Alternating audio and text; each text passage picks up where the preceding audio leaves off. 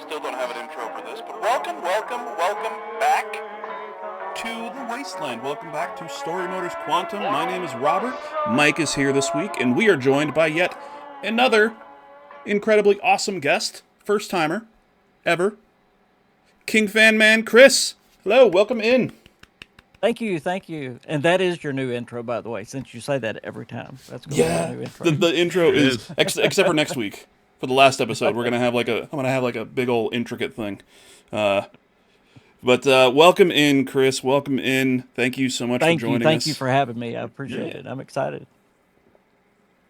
Y'all got me on one of the most exciting episodes too. Oh my, yeah. Seriously. Holy shit. Yeah, this thing, we see some cool stuff in this episode. We will definitely get into that here in momentarily.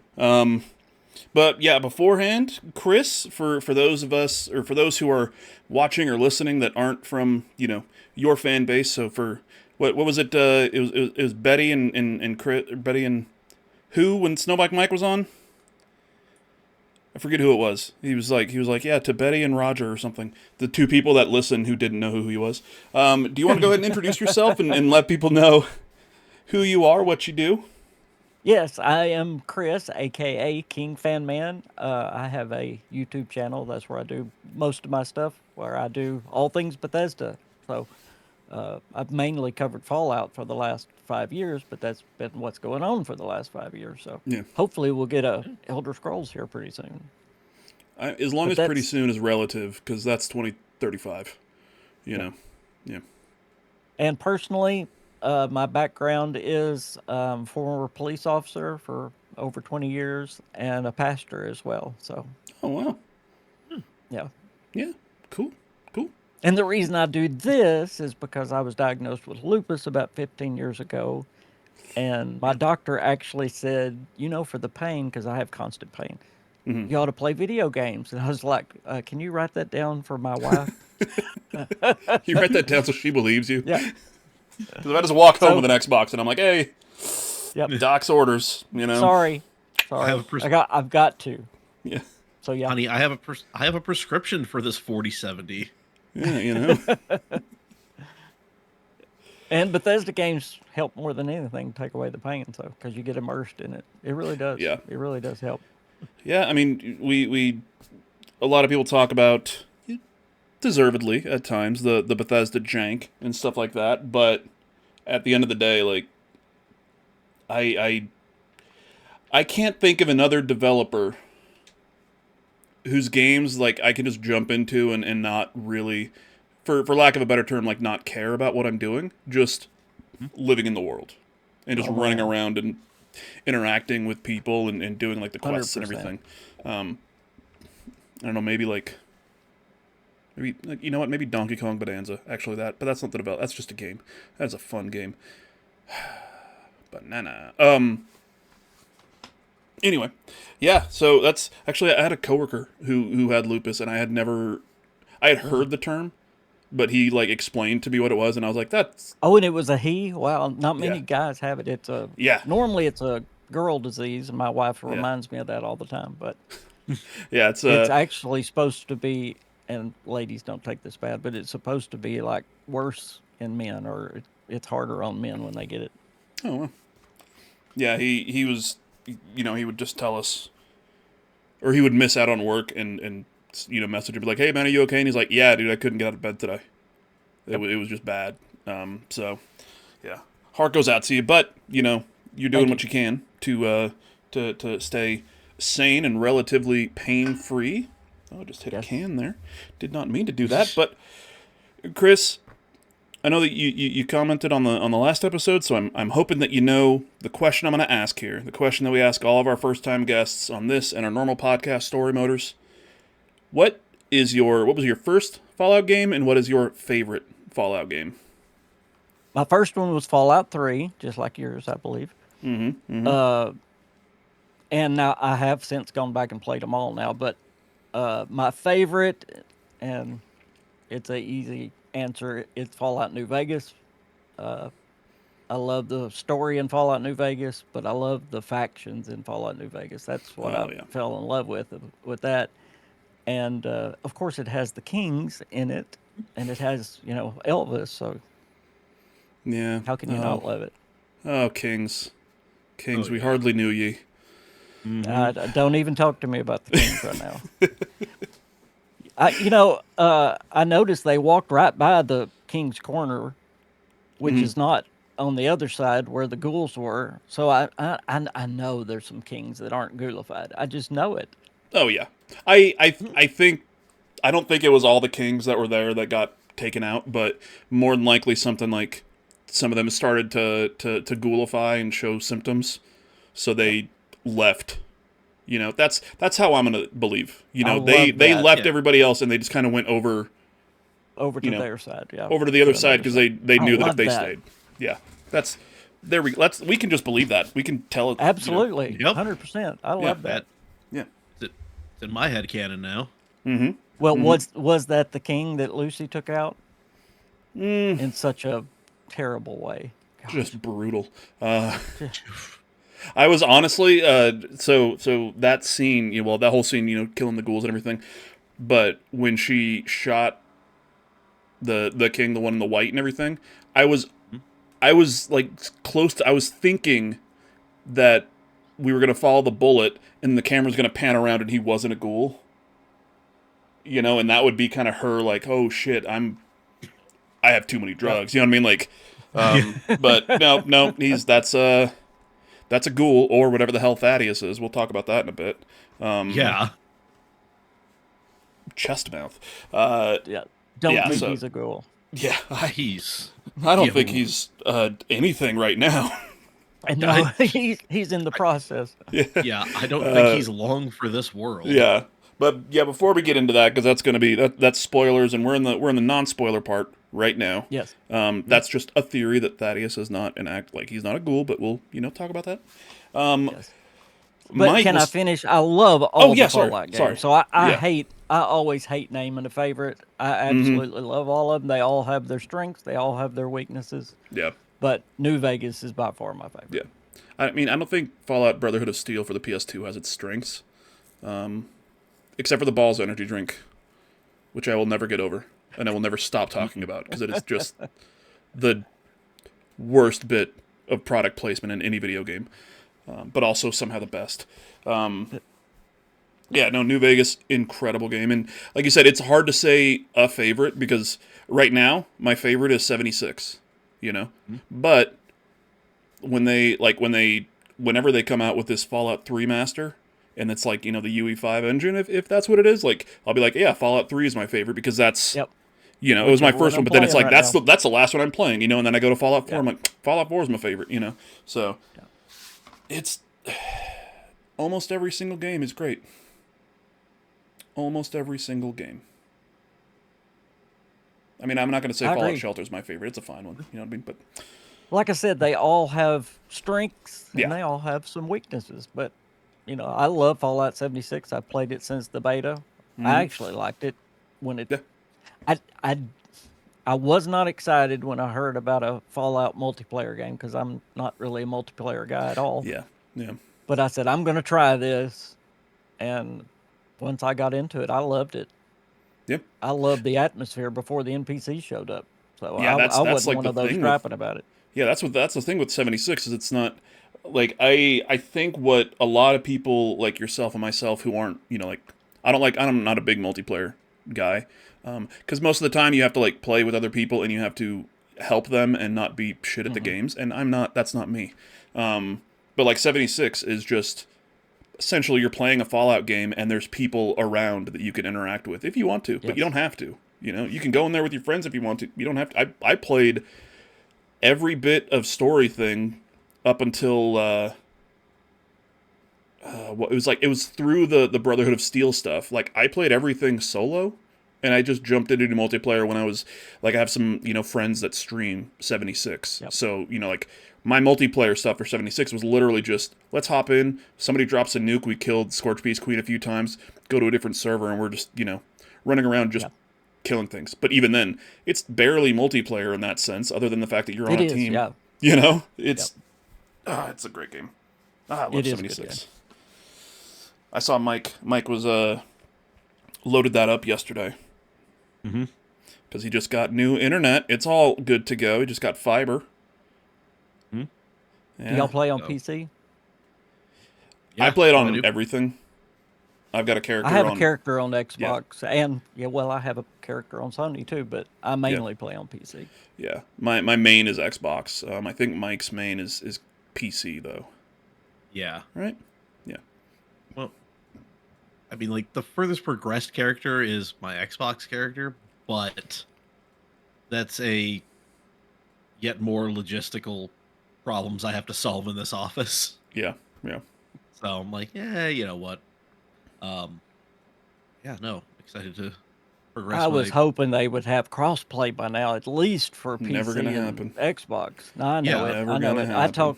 I talked to Jeff Gardner way back. Of course, he's been gone how long now, but he told me back then. Now this was just on a one-on-one basis. He said that Sony was the holdup back then. He said they don't want to allow it. Yeah. I know that for a while there, like what was it? I think like Fortnite was one of the first big things that went multiplat or crossplay. Sorry, Yeah. I think it was Fortnite. It was one of those. It was like Fortnite or like PUBG or like one of them where crossplay was just turned on one day with no announcement. Yeah. And people were confused, and then like 10 minutes later it turned off. Yeah. It was Fortnite. Wow. Was it Fortnite? Yeah. Yeah. It was just like, we could do this. Yeah, And then, by the way, we could do it. We literally have a switch we could do right here. But then the story was that Sony was the kind of force being like, nah, guys, no, you can't. We're not allowing that. We don't want those kinds of people on our platform. Those Xbox people. Yeah. Yeah.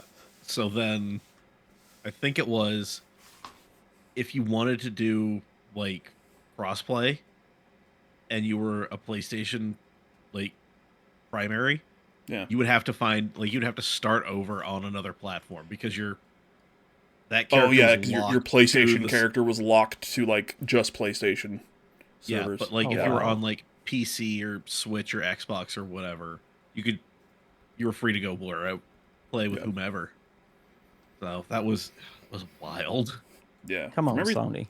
From everything that I've heard about crossplay in 76 is the main crux is that the game wasn't built for it. See, that's and it's not built to be able to, like, they'd have to completely redo it. Yep.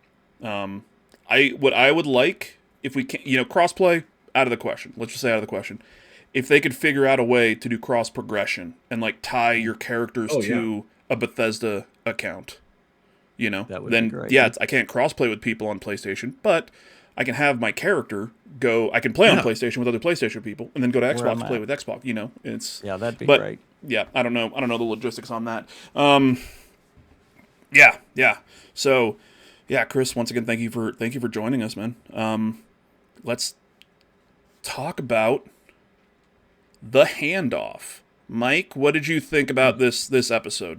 Before we jump into spoilers, just kind of overview thoughts.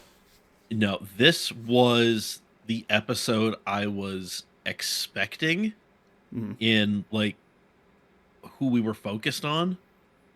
But man, there was a lot of stuff that really just came out of left field. I'm like, okay, wow, somebody found the chili pepper in the candy dish. All right, let's go. Oh man, any big surprises for you? Yeah. There was at least the one. Yeah. Oh yeah. We will. We'll get there. Oh yeah. Yeah.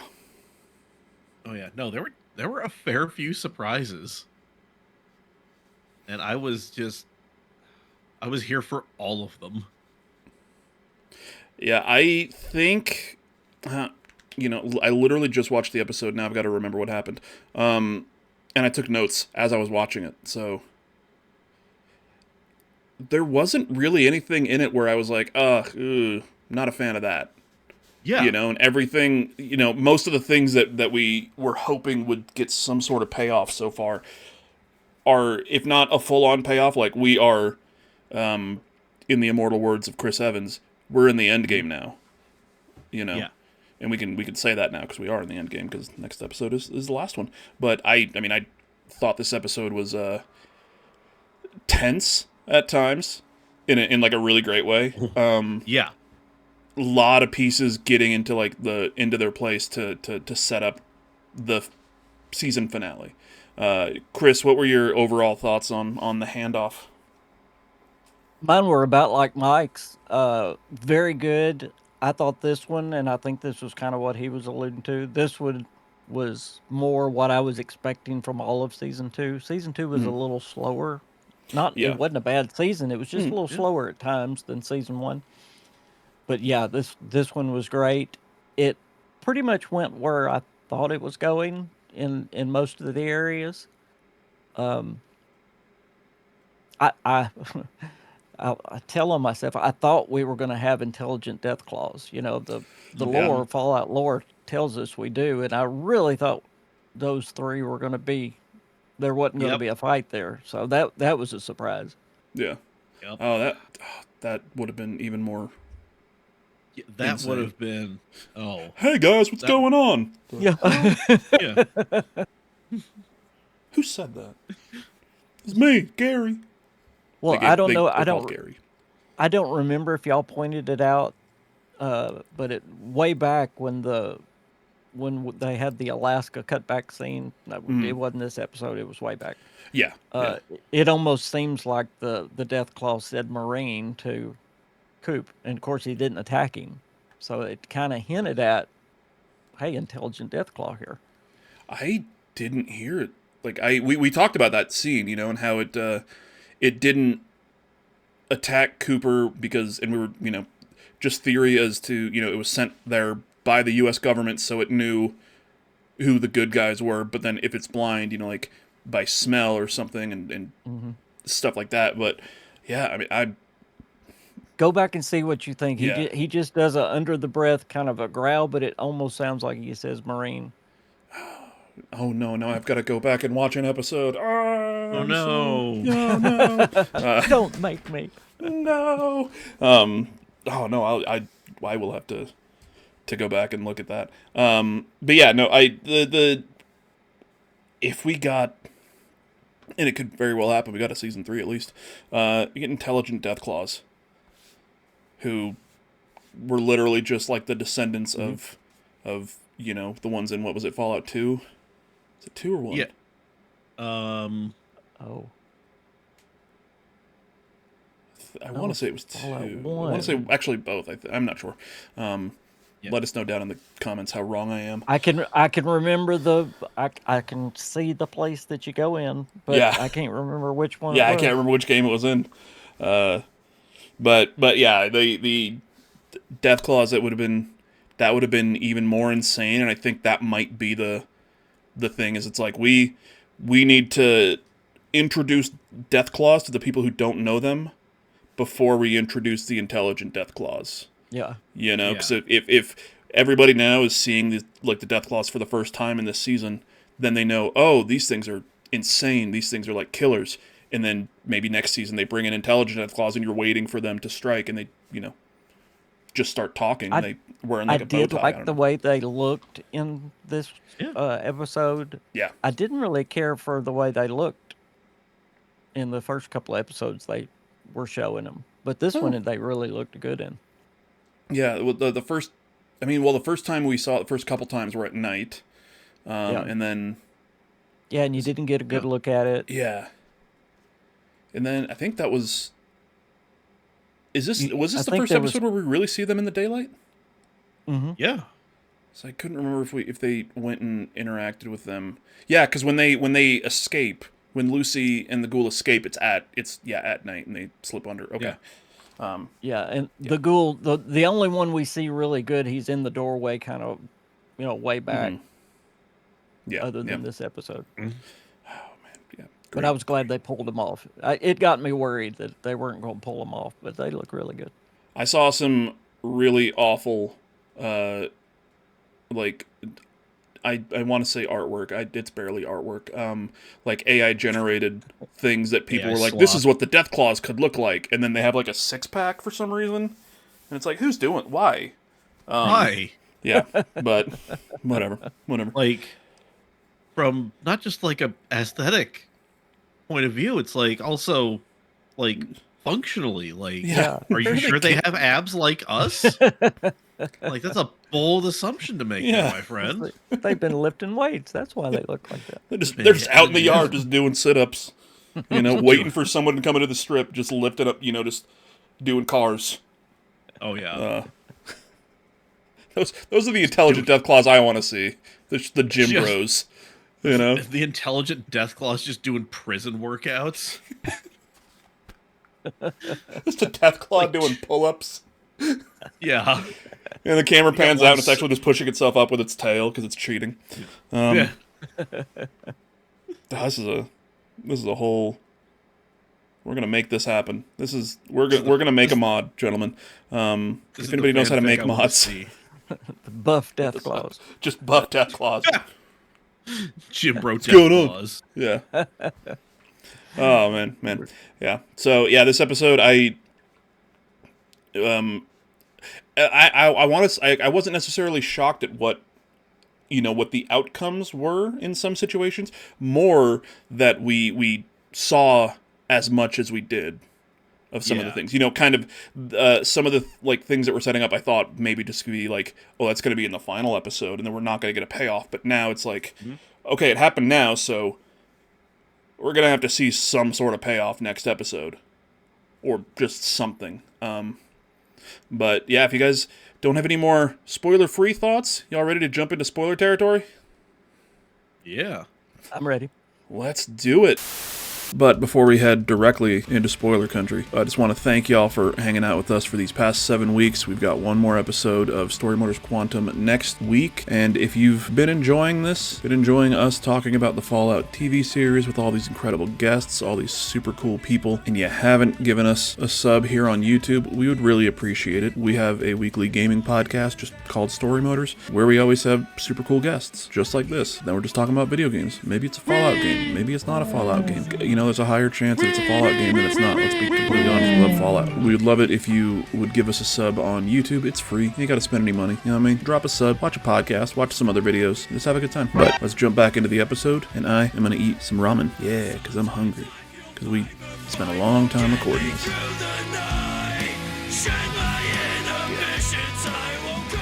Fallout Season 2, Episode 7. The real Episode 7. Mm-hmm. The Handoff. Those fake episode 7s. Yeah, as opposed to the fake episode 6 from episode 5. We all know. But we start off the Uranium City internment camp in Canada. We knew that we see Steph and someone else who turns out to be her mother running through the forest, running out of the Uranium City internment camp, being chased by people who've got guns that are yelling at them. They get into a bit of a clearing, and they see the vertibird in the air. When we saw that we learned that Steph was Canadian a few episodes ago, and that there was something, there was something up with her. Oh, yeah. Obviously, there's something off. This came out of nowhere.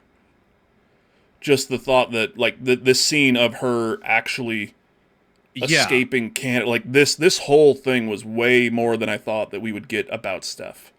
Mm-hmm. Yeah.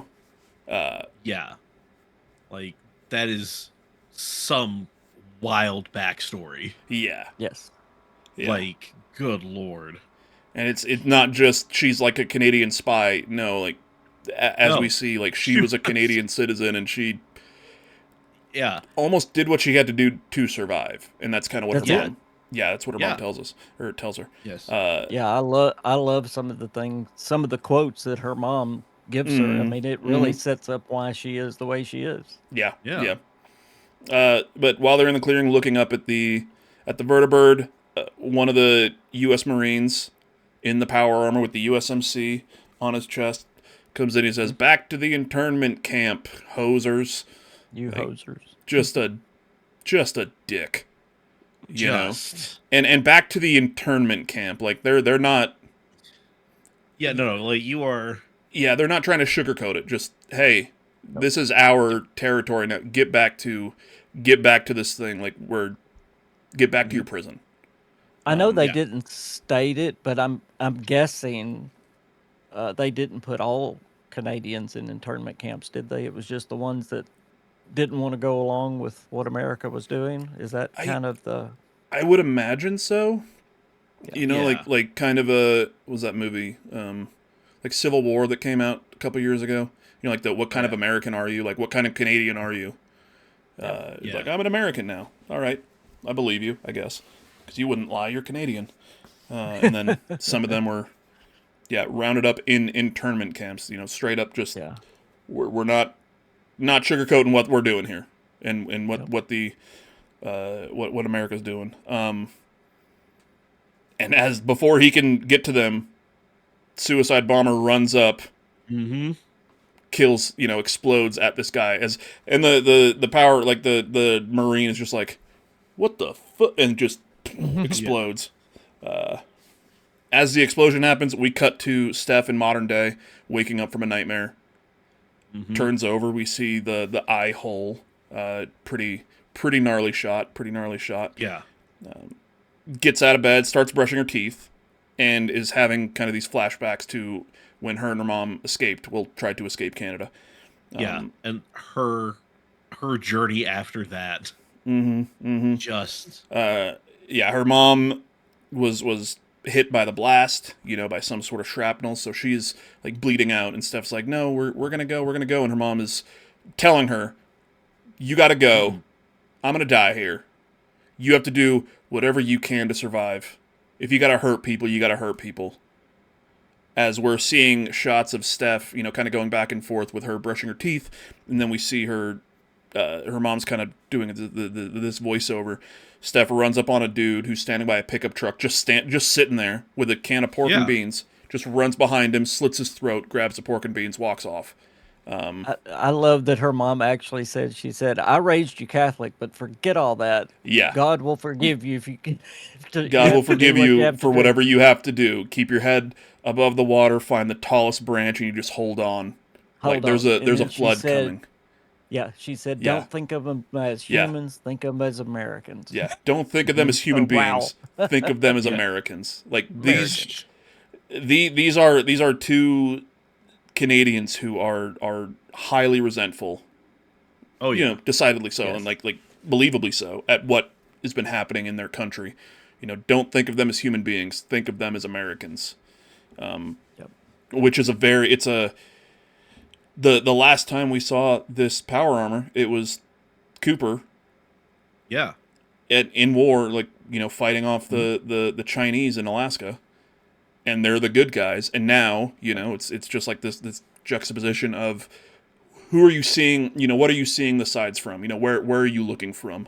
And we see her get to the border, just a very easy border to walk through. Yeah. It seems a bit really simple.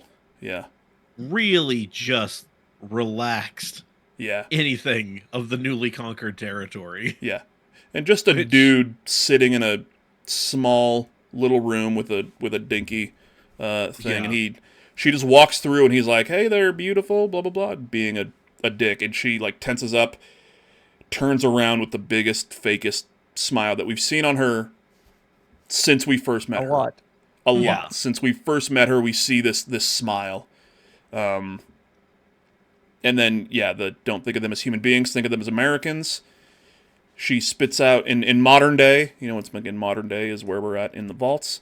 She spits out the toothpaste, and it's mixed with blood, because she's just been grinding in her teeth and her gums.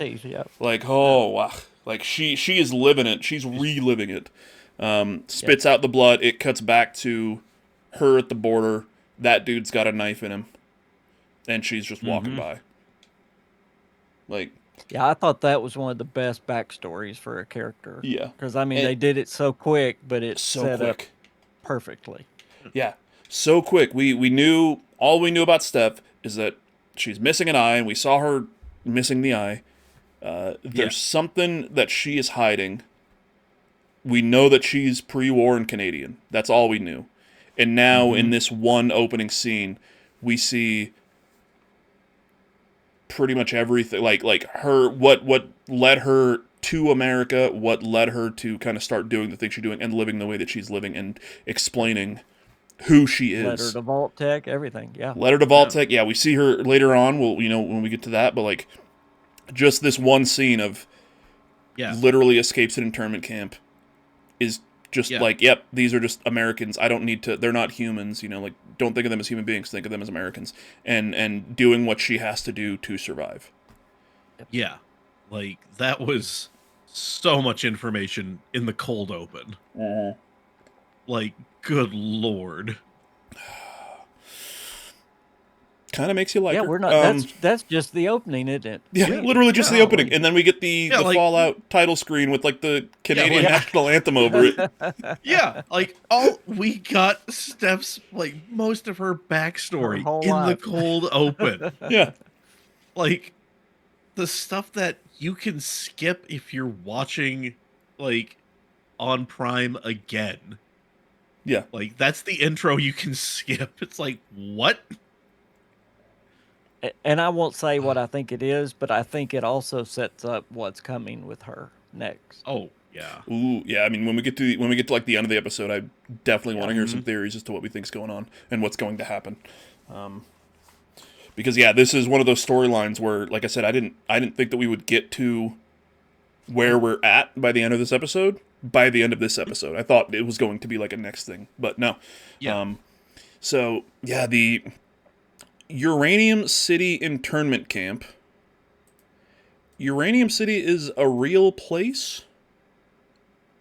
Is it or no? I don't know.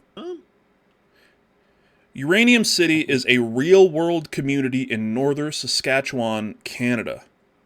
It was originally founded in the 1950s to house workers of nearby uranium mines. That makes sense. Yeah. This is a real place. Yeah.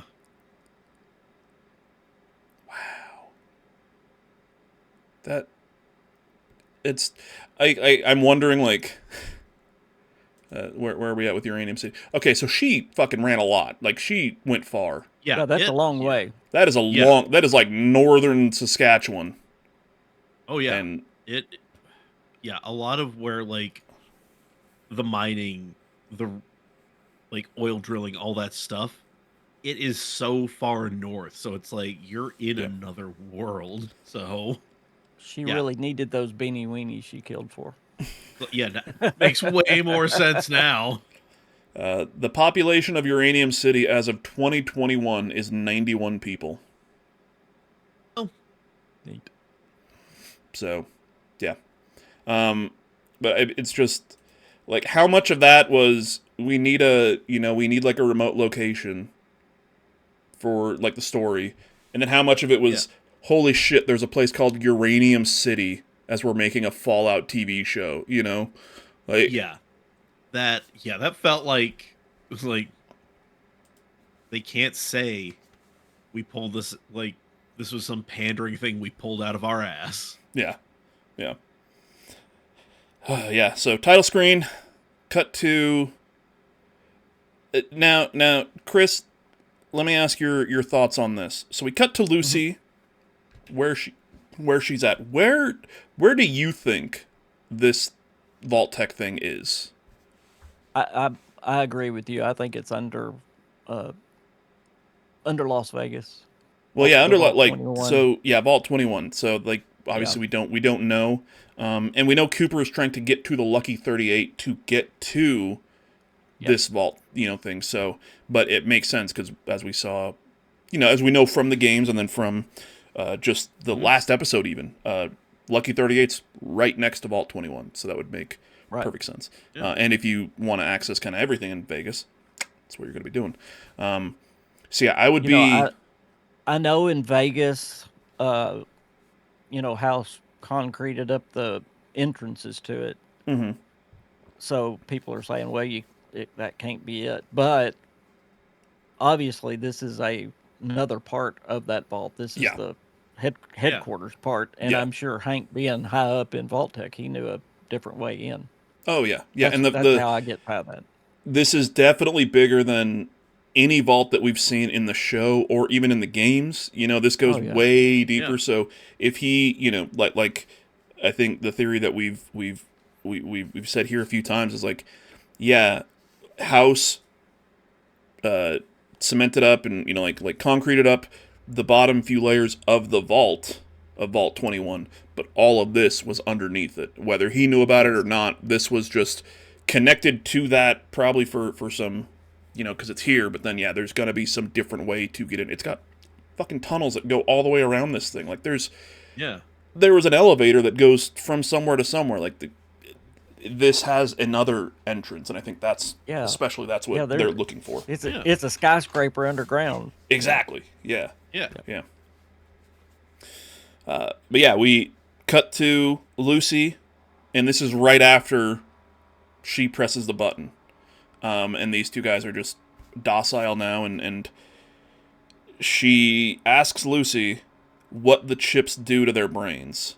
And he explains, actually, we finally learn what these things are doing. They're essentially giving the people with them amnesia, and Hank can kind of dial up that amnesia as high or as low as he wants. In addition to that, kind of makes him susceptible to, hey, this is what you should do. Yeah. You know, this is how you should live. It's essentially a chip version of the neuralizer for Men in Black. Is that?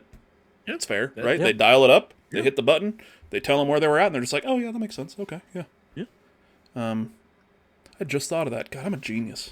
It's a perfect example. It's a perfect analogy. You know. Perfect. Yeah, and she's like, how do I shut this down? He's like, you need to go to the mainframe. Where's the mainframe? In the basement. How do we get to the basement? And he perks up. Let's take the golf cart. Yeah. And what's a golf cart? Because why the hell would she know what a golf cart is? Living in a vault this whole time. Living in a regular vault. Yeah. The interactions here in this kind of this next scene, like, it's I'm trying to think. It kind of is showing that Hank is really a man stuck between two worlds, and he doesn't know which one he wants to be a part of. Yeah. He's a father to Lucy, and he again. does love Lucy, and he loves Norm, but he's also a man from 21st century who is used to. Is he kind of using the dad role to convince her to be on his side too? I think so. Yeah. Oh yeah. But yeah, he's teaching his daughter how to drive. Yeah. And once again, like, something that he never thought that he'd be able to do. Or go ahead, Mike.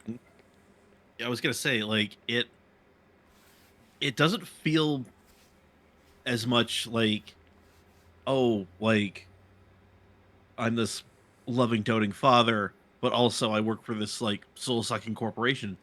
It feels like he's like, yeah, no, this is what a man does. Mm-hmm. He's a good father to his children, and he goes to work, and he does his best and tries to move up. And it's like he threw his morals out the window, but is still somehow clinging to a warped version of them. Yeah. Yes. He threw his morals out the window, but he's clinging to that life of, oh yeah, that's fine because I'm a good father. Yeah. What I'm doing outside of being a good father doesn't matter because it makes me a good father. I'm providing for my family by doing all this and going up in the company, and it goes to, like, it's Hank, and it's some of the Vaulties from 31 are just so they bought in so hardcore. Yeah. That this is everything they're doing is correct because they're doing it for Vault-Tec, and they're doing it. They bought in so hardcore that they believe their own propaganda. They believe their own propaganda, and they're just like, if I do well, I'll get a promotion. Yeah, and their mind is just in that mindset of I'm a corporate person and I need to work hard to move up the corporate ladder, and they're just ignoring everything around them that says. There's no corporate ladder. The corporate ladder blew up 200 years ago. Yeah. There's nowhere to go here. But you got to think of all the things he kept from Bud and Lucy his whole life. Yeah. I mean, about the big thing about the mother, that we found at the last season finale. I mean, that's wow. Yeah. He's got a very cold side. Mm-hmm. Yeah. Well, yeah, because he's doing everything he can to move up. When the first episode he gets to, we'll call it Vault 21. If we're wrong, then we're wrong later. But he gets to Vault 21. He gets changed. He gets a shower, and he goes and he is like, "Yes, sir, I'm gonna do this, and you're gonna beg me to work for you." Dude, you've been out here for 20, 30 years at this point. There's not a world yet. Yeah. He knows something. Or he thinks he does. Really feels like definitely he thinks he does. Mm-hmm. We're going to get into this more, I know, in just a minute, because when Lucy said, I love when he tells Lucy, and I think it's in this same ride, he said, I wished we could have had a normal life. And she said, we did, and you ruined it. Yeah. She says he's teaching her to drive and everything, and it's literally just like a scene from a sitcom, of a dad teaching his kid how to drive. You don't need to have both your feet on both pedals. You just use one foot. But then why are there two pedals? Like, it is just straight out of a sitcom. And then he says, I really wish we'd had a normal life, Sugar Bomb. And we did have a normal life, Dad. You wrecked it. Because his normal life is still back in, 2276 or 2076 or 2077. And her normal life was the vault and she lived in peace. They lived in peace. Until,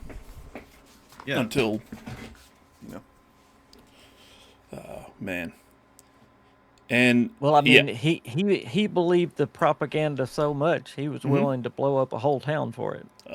That's because he believed that they were just backwards and they were ruining everything, including his wife and the mother of his children. Yeah.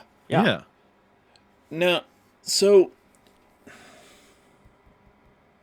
and maybe I need to rewatch season 1 to kind of get it, but I thought that they had said that the reason that he did it is because his wife took the kids there. What I believe, I'll just give you what I believe. Yeah. His wife had taken the kids there. It all boiled down to somebody was stealing water from the vault, and somehow the wife, and I can't remember her name, forgive me, but she had figured out, there's society up there. It's not like Hank's telling us. Yeah. So she actually goes and finds this town and brings the kids with her because it's a functioning town. It's a functioning democracy. And Hank is like, if there's functioning democracy, then what's good is Vault-Tec? Yeah. So that's why he had to get rid of Shady Sands, because it went totally against what Vault-Tec said was going to happen. That the world couldn't make it without them. Yeah. And it very well could have. But it just seems like. And once again, just kind of going back to the first season and everything, and I'd have to rewatch. It just seems like she doesn't remember. So, like, if the mother brought them there, it was they were really, really young, and we saw how young she was when really he blew it up. Well, Well, she does share a memory about, like, she remembers feeling the sun on her face. Yeah. Okay. Yes. Yeah. Yeah. So it's like, yeah. So like she was young, not like young enough to remember certain things like feeling sensations, emotions, but not necessarily the details around The full those memory. things. Yeah. Exactly. Okay. And then somehow she got back. So I would imagine probably Hank left the vault too, Mm-hmm. got the kids back, and set up everything. Well, he had to because he had to put he the had to bomb on put the one the- dude. Yeah. And all of this is going to be important because in just a little bit in the show, Hank says, "I did what I did to protect you." Yeah. Well, no, he didn't, because they were Yeah. fine with their mother. Yeah. He did what No. he did to protect Vault-Tec. Mm-hmm. Hank Uh, McClane, secure the bag first. Yep. Yep. So he's a corporate man first. I mean, that really shows where his heart is. Yeah. His heart's with Vault-Tec. Mm-hmm. Yeah, they're driving to the mainframe, and Lucy's like, I need water and potassium. And then Hank is still trying to act like a father. Well, what if you don't have potassium? Then what? Like, it not like in a taunting way, but like I taught you. What if you don't have if you don't have that with you? Then what would you do? And before she can kind of answer, we hear, "Oh, be careful." And she turns around, and it's the guy who was literally choking her out 5 minutes prior. Yeah. Who's now in white button-up shirt and slacks, and he's like, "I just mopped.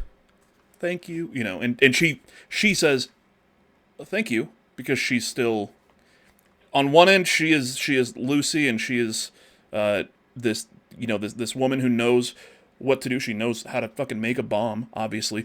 But on the other end, she is Hank McClean's daughter with the manners of an angel. Mm-hmm. And I think it seems like she can't rectify that within herself. Yeah. But yeah, she sees this guy, and he's like, "Be careful, I just mopped." And you know what you think about that? That would be tough. You would want your dad to be right. You would want to side with your dad. Yeah. And you can see her wanting to do that. Yeah. Well, because she replies like, how, like, essentially, like, everybody up there, like, the Legion is still up there, and they're still fighting. And for a little bit of second, she convinced herself that her dad was saving the world. Yeah. Essentially, Just like, in an odd way. They're doing a lot of harm. They're killing a lot of people, but with what you're doing, it could stop them. And he's like, "Yeah, we can stop them together." Mm-hmm. And whether or not she is believing in it, or if she is trying to make him believe that she's believing in it, you know what I mean? But I think she was wanting to believe it. yeah, Yeah. I think she wants this thing to be real, but not the way that it is.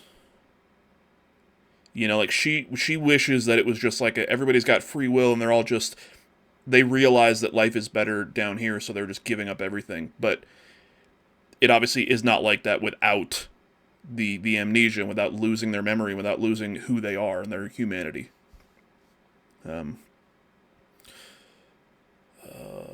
Where are we at?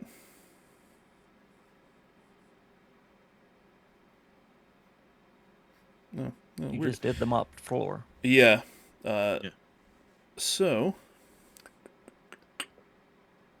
in my notes, this is how it went. On this site, it's a bit off, but we'll go with my notes, whatever. We go to pre-war, and I feel like this is out of order. Did we go to Lucky 38 first, or are we at the Armory? We'll go to Lucky 38. So yeah, she says, "Hey, maybe we can do it together." And we cut to pre-war.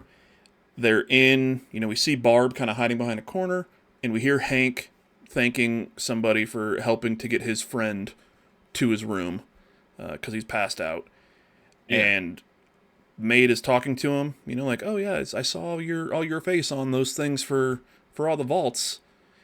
Camera pans around, and it's Steph, who is a Good old maid at the Steph. Lucky 38. Yep. So, how, you know, you got to think now, how far back was that initial opening scene? You know, how long has she been here, and making this kind of plan? And she asked, interesting that the two places she made it, though, you know, because her mom said find the highest branch. Well, she's working for the most powerful man, basically, in the world below the government. And then she's going to go from that to ask about a job for Vault-Tec. So find the the two highest places, branch, and she is in the Lucky 38. You know, like she's in the tallest thing. Yeah, and she's, I think, and I don't know if you guys read it this way, but like she's playing this character already. Oh yeah, 100%. You know, like, she's like, how does a gal making minimum wage make it into one of those vaults? Yeah. Just playing the character, and Cooper says, oh, they're not all cracked up to be, let's all hope that the bombs just, we never need them because the bombs don't fall. And she's like... That's a good sentiment, but... Yeah, she's like, I think it's more likely for me to get into a vault. Because once again, that's now her, like, a vault is the highest branch, even though it's underground. But, like, the vault is the way to survive anything. Yep. And then she's like, well, how do you think I could get a job at Vault-Tec? Because this guy. Yeah, because Cooper technically works for them. He's on all the posters. Yeah. And he's like, ask this guy. And we see Hank is just crumpled up in like a bin, like a clothes bin or whatever. Because he's still drunk. Yep. And she leaves the room with Hank. So this is the meeting of Steph and Hank, or Henry. So what happened in between now and, you know, she gets into Vault-Tec. Obviously, she gets into the job. She gets the job. She gets into the manager program. She gets into 31, and she has some sort of connection to Hank because she's like, I need his keepsake box or something in there. Like, whatever happened in Vault or in Lucky 38 between those two started this whole chain reaction of where we're at now. Well, remember what Hank has with him right now, and I think that's what's in the box. Ooh, what is it? No. He's got the FEV with him. Oh, does he have it with him or just the knowledge? I believe he's got the FEV with him, doesn't he? Does he? I'm trying to think. Where did he get it? No, I mean, the thing he had in that box on his wrist was the thing that Barb uses to the pull... injector thing. Yeah. The injector that's thing. used to pull the cold fusion out of his neck. Oh, okay. Oh, in the past. Oh, okay. Yeah. Yeah. Yeah, so unless he's got some... No, that was the... Yeah, he had the cold fusion. Yeah. That's right. So he's got to have some... Right. Yes, that's got to be something else not related to Hank McClane's drunken escapades. Yeah. But I do think it's going to be the FEV in the box, but we'll talk about that. Yeah, either the FEV or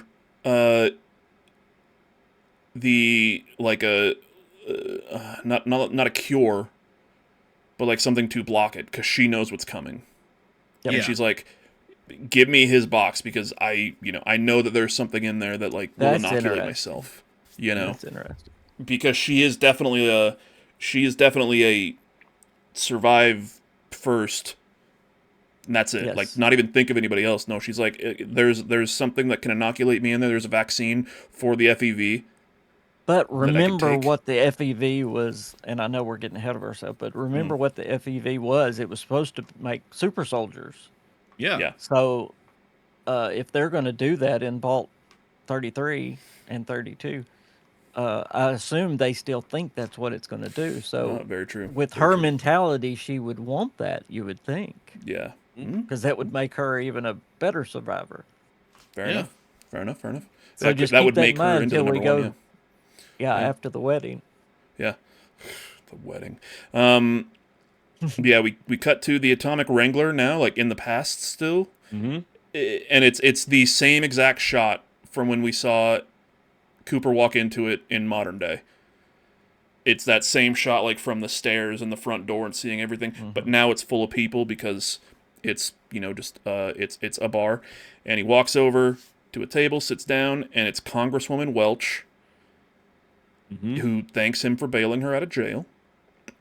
And he's like, yeah, it's he essentially like he says, why can't you people sell it better? Like, I'm with you. I think that what you're doing is right. I think you're trying to get the word out, but I saw you on stage and you're dog shit at this. Yeah, you're horrible.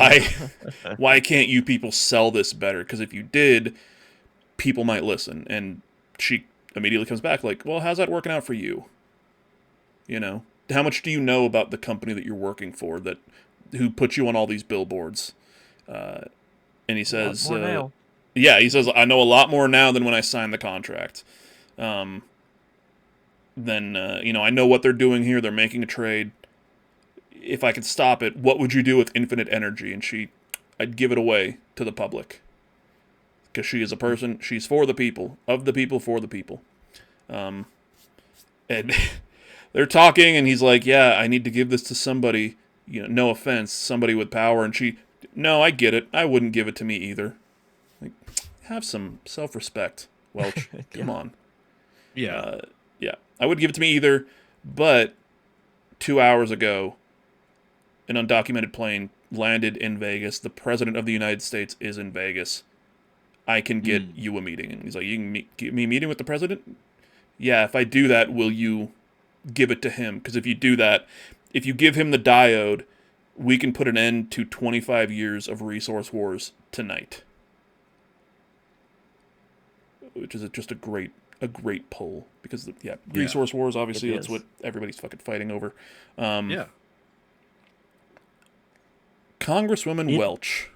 Isn't it crazy that he took cold fusion he stole it from House and gave it to the president, and now we're going to go later in the show, he's going to take it from Maximus, which is the government, and give it back to House. Yeah. And he gave it to the wrong person at the wrong time, both times, I believe. But oh yeah, Mike, if you can, just at some point, because it's later on, it's like kind of at the end of the episode. If you can look up the actor who is playing the president, because he's very. Oh, he's I recognize him from somewhere. He's in Fallout 1. He's one of the characters in Fallout 1. Is he? Yeah. He's one of the Brotherhood. Ooh, okay. So yeah, they His decide. last name starts with a C, I think. Cloudy with a chance of meatballs. There it is. Yeah, I'm pretty sure that's it. So come back to the modern day. The Ghoul, Cooper, Max, and Thaddeus are making their way through a rundown town, is what this thing calls it. And I think this was kind of going back and forth, whatever. So they're making their way through this town. Cooper is leading them through, and Thaddeus is trying to, I don't know, he's just trying to be a friend. He's trying to make a friend. This kid's innocent of everything. He's a pure soul. Doesn't have, pure DNA anymore, but he's a pure soul. And he's just like, yeah, let's just get along. Hey man, what's going on? Yeah. I'm a ghoul, you're a ghoul. New to all this ghoul stuff. Yeah. And Cooper's not replying, and he's like, yeah, most of all, this is weird. Like, pulls down his shirt, shows off the chest mouth, and he's like, yeah, this is normal, right? Yeah, oh God. I love Coop's look that he gave him. He was like, no, that's not normal. Just doesn't say anything. Is just shocked and almost afraid. He's like, you ain't got what I got, friend. Yeah. And isn't it funny? He talks about just waiting on my nose to fall off, and then of course his arm falls off later. Yeah, just waiting. Still got my nose. It's like, why can't it fall off? Also, this chest mouth. Yeah. And they talk, and they keep walking, and Cooper stops to essentially be like, you got to tell me something. Turns around, pulls his gun out, goes it on Max, and he's like, show me what's in your pocket. Or show me what's in your hand, because he knows that Max is holding on to something that he needs to give to Lucy. And I think he knew what it was. He just wanted to verify it. And Max opens up his hand, shows it, and he's like, give me that. And he's like, no. I'm giving this to Lucy. I'm giving this to a good person. And he, Cooper's like, And how did Coop mess up? He gave it to a good person. He thought. Yeah. The president. Yeah. So, yeah, he's like, okay, puts his gun away. They keep walking. They end up at an old NCR armory. Going through boxes, they find all this weaponry. I forget the gun. Like, I know it's the EC rounds or whatever that Cooper gets. I forget the name of it. Gauss. The Gauss rifle. God, there we go. So yeah, as they're looking through boxes, looking through stuff, they're opening up. They're seeing guns. Cooper opens up a box. There's a Gauss rifle there, and what's his dick is still trying to, butter up to him. Thaddeus. Thank you. Yeah. Thank you. And it is not getting. He's getting nowhere. No. And Cooper is talking about in order to do this, we've got to make, we have to make a trade. I'll give you whatever is here. I'll show you whatever is here, and I'll help you. You need to give me that. And he's like, no. I need to give this to Lucy. I need to give this to a good person. And he says, you want to give that thing to a good person so they can save the world. But in order to save that good person, you're going to have to give it to a real bad person. Did y'all see all the parallels? Again, because Coop knows he's going to have to give it to House, which is a really bad person. Yeah. Mm-hmm. So was Coop referring to himself there? But I think he was referring to, himself, but he was also referring to himself going to give it to House. So it was a double. In order for Max to save Lucy, he's got to give it to a bad person, who is the ghoul. In order for the ghoul to save Lucy, he's got to give it to a bad person. And his family. Yeah. Mm-hmm. He's got to give it to a bad... And he knows it. And he knows way more about this than he's letting on to anybody. And he's talking, he's like... This episode had so many of those double... Yeah. Like I said before, he was trying to give it to a good person the first time, but when he gave it to the president, of course the president was the first Enclave president, House at that point was just wanting to defend Las Vegas. Mm-hmm. But the ghoul stole it from him, thinking, well, I'm going to do what's right and give it to, and then he gave it to the Enclave and Vault-Tec, which is the worst thing to do. Yeah. Yeah, mm-hmm. House literally would have just wanted it to protect Las Vegas and protect his interests, and then he had everything planned. He's like, by this date, after the bombs fall, if I've got everything in place and I have everything done, by this date I can get the strip back working. By this date we can get civilization. By this date we can send people off Earth. If I have all this. If I have the power and I have the platinum chip. And Cooper sees House is the bad guy. Moldaver says House is the bad guy. He can't have this ultimate power. He can't have unlimited power because he wants it. Mm-hmm. Yep. Essentially. Which sets up, of course, the end. Coop does just the opposite. He takes cold fusion again from Maximus that was going to give it to Lucy, which would have been a good thing, and gives it to House. Has to give it to House because that's the only way that he can find it. Yeah. No, it's not going to be a good thing. Yeah, in this armory, he's talking. He's like, I've only seen one person make it out on top in Vegas, and we have to do what he did. We got to rig the system. Cuts a rope. This motherfucker is just so theatrical. So dramatic. Just cuts a rope. This thing falls off. We see power armor, and we hear the sting from Fallout 3, Fallout 4. The Ion Zur Fallout theme play. Yeah. In just the most perfect way. It's so beautiful. Great. I've heard people gripe about the NCR power armor, but that's actually lore in Fallout New Vegas. It's just in dialogue. You don't ever see it, but they actually talk about the NCR power armor was off. They were the people that had power armor were all fighting somewhere else in Fallout New Vegas. Yeah. But it's a real thing. Yeah. Yeah. And Max is just looks like a kid seeing power armor for the first time. Because this isn't the Brotherhood of... Like, this is good power armor, I guess. Yeah. And he says... like- Yeah, Mike? I was gonna say, like, he's now realizing, like, oh, I was looking at the bad guy's power armor this entire time. Yeah. And he's like, we left that power armor there, this was the Brotherhood of Steel, but now I know this is something that can be used for good. And I know how to use it. I'm, a pro at doing it, so hell yeah. And he says, yeah, you always end up right where you started. And he hands Cooper the diode, which, that's another one. Where did that start at? Started with Cooper, who set this whole thing in motion. So the diode ends up back where it started. I mean, maybe technically it would be Hank's head. Never mind. Cut to the Vault-Tec headquarters in modern day. Norm wakes up from his stupor. His hands are tied up. He's groggy because he's been knocked out. Vaulties are outside of the room talking about him, what to do with him. And I forget this guy's name, so I just wrote the head dick in charge says... Reggie? Reggie, I think? Yeah. He says, I'm pretty sure impersonating a manager is punishable by death.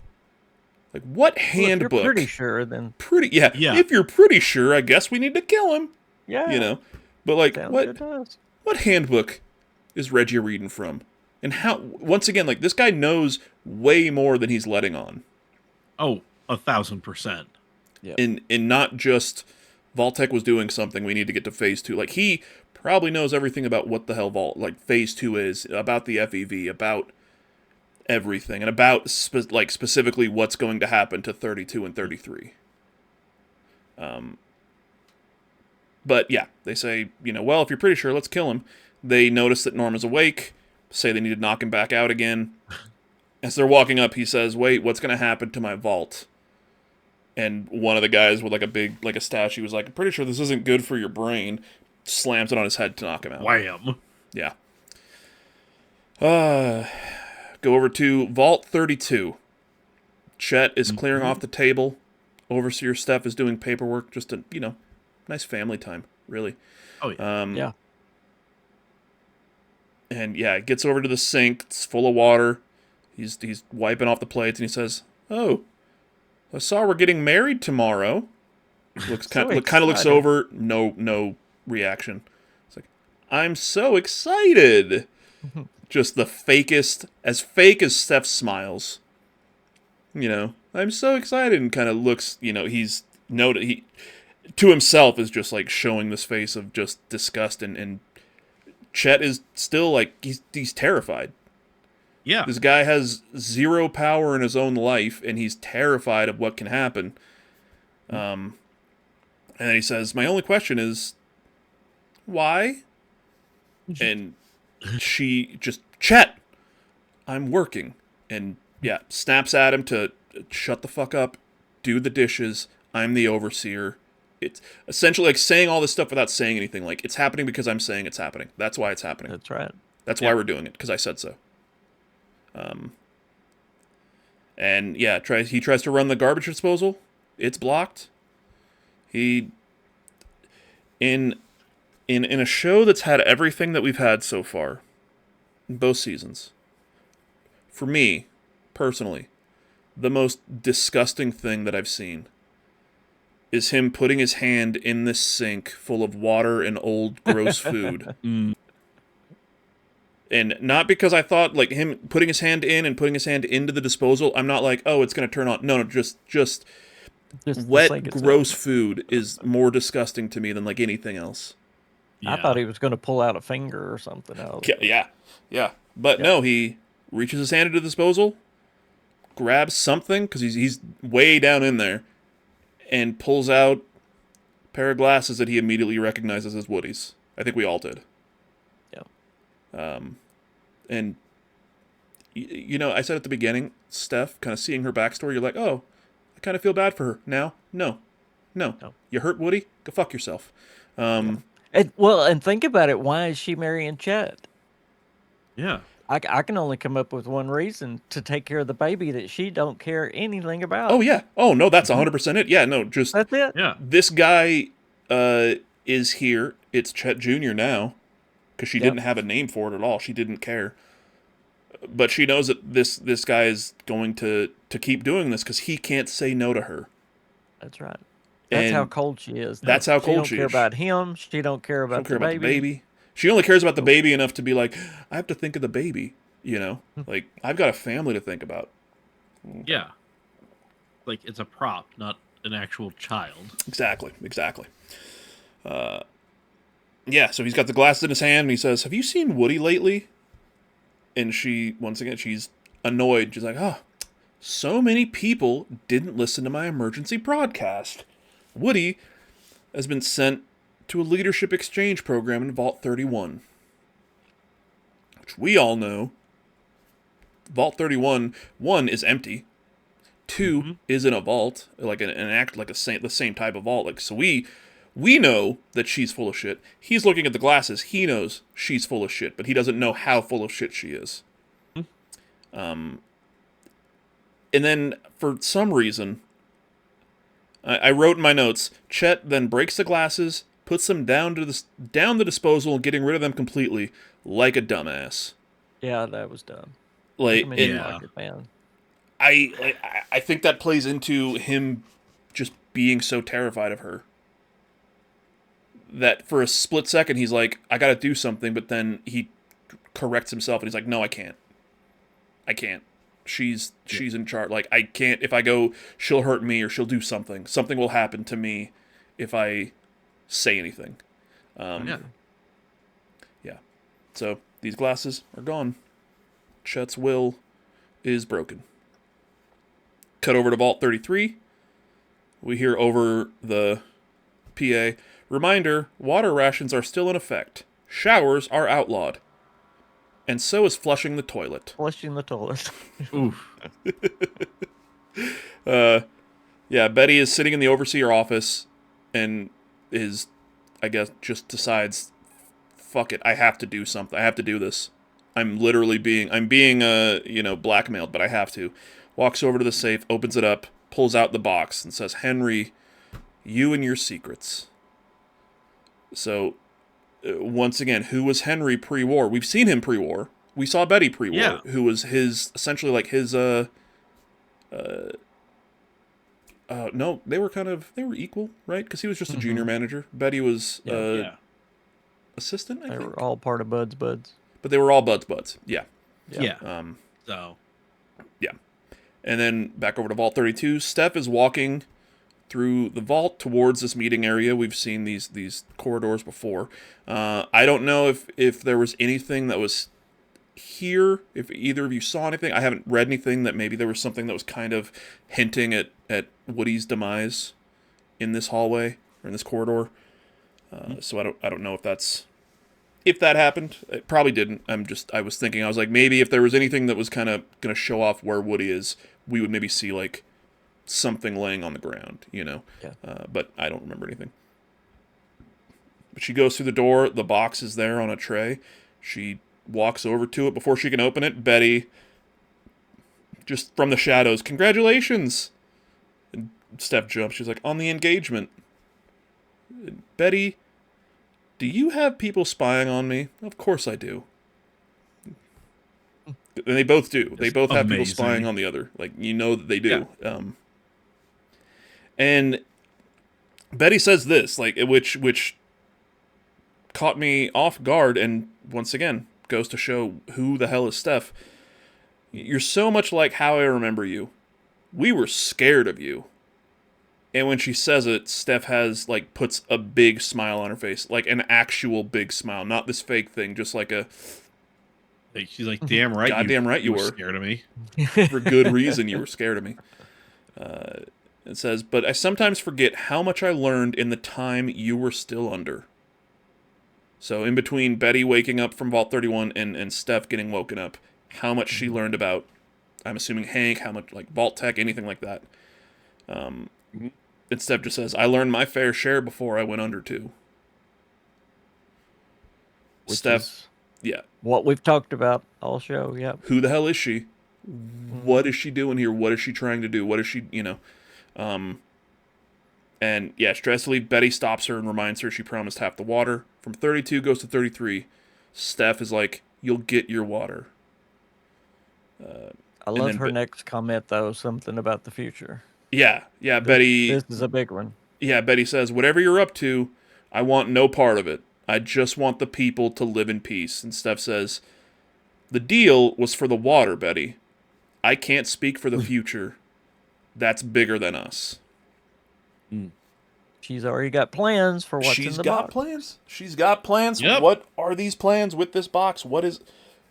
the hell is in this box? Why does she need to get married? What's going on? Like... and there's really... there's no reason... and actually, as I'm about to say that, I think I understand now. Like, I was going to say there's no reason for them to get married, because everyone just assumes they're married anyway. But this is kind of, I think, her way of in her mind, if everyone is focused on those two getting married right away, no one's going to think of Woody. No one's going to think of what's going on. Because everyone's just so enamored with the wedding. And she still doesn't know that Chet knows anything. Head back over to Freeside, modern day. Well, yeah, it's Freeside. Cooper, Thaddeus, and Max in like head to toe in the NCR armor, walking through the streets, and I love this. Why are they looking at us like that? Because all the townspeople are staring and kind of starting to follow, and Cooper, the actor, the guy in all the posters in all the advertisements, never underestimate the power of brand recognition. And we start hearing from the people, long live the new California Republic, welcome back, kill the Death Claws, get us back our town. Because they see an NCR power armor, and they're just like, yeah, the NCR saves us. That's what the NCR is. That's what they do. They're the good guys. I just love is my favorite part of this sequence is kind of like from the Suits POV. Max sees that little kid. Yeah.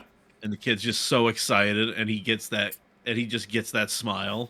Yeah. Like he sees that little kid and he's like, that was me seeing the Brotherhood of Steel guy, but now like this kid is seeing an actual hero because it's me and it's the NCR. It's not the Brotherhood, I'm looking at this kid and I know that I'm doing the right thing, not just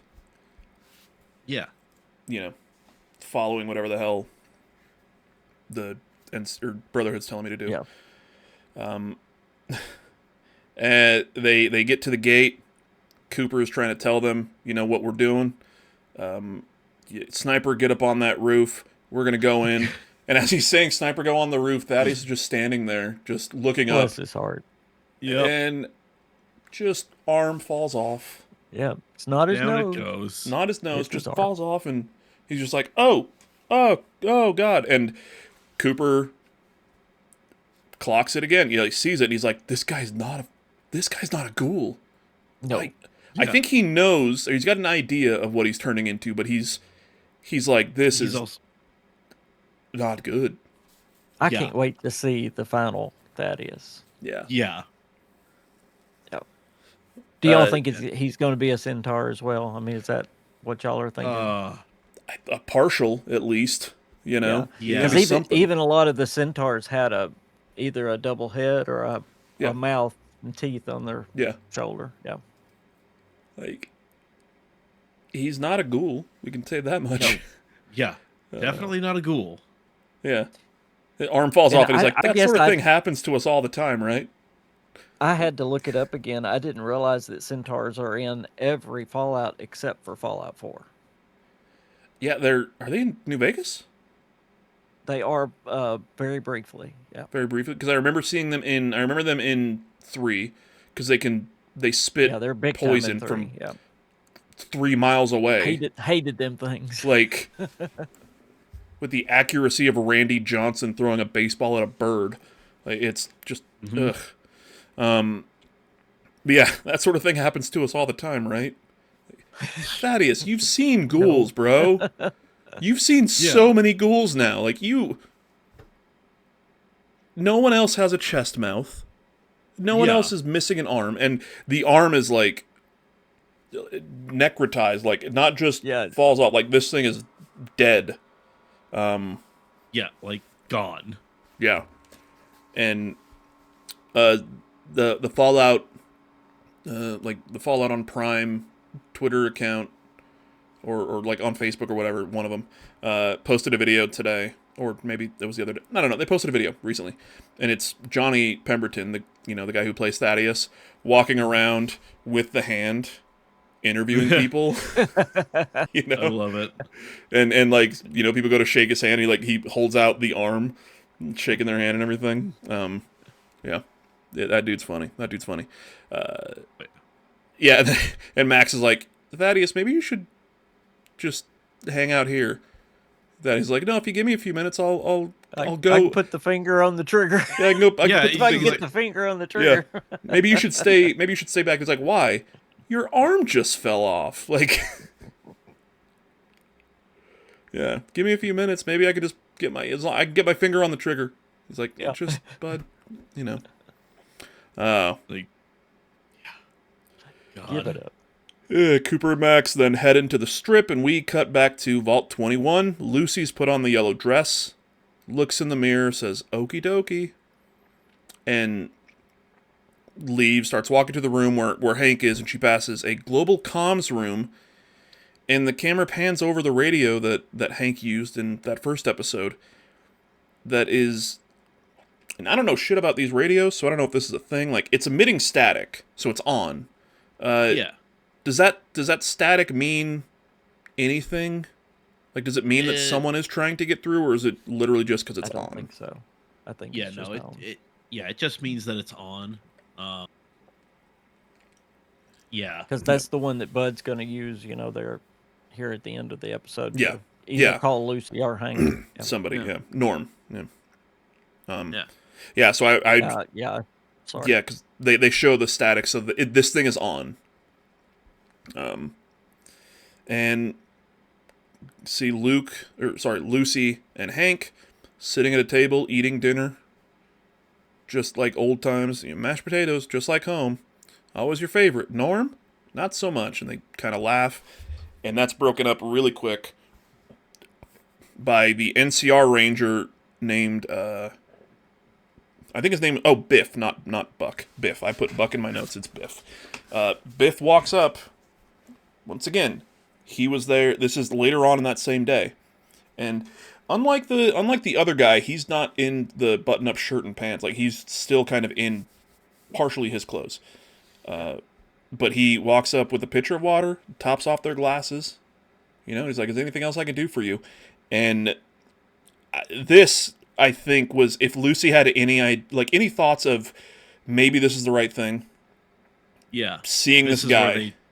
This is where they instantly evaporate. Yeah. Because it's not just, because she asks him, she's like, hey, do you remember me? And he says, oh yes, from this morning. She says, no, when we first met on the mountain that you lived on for 25 years.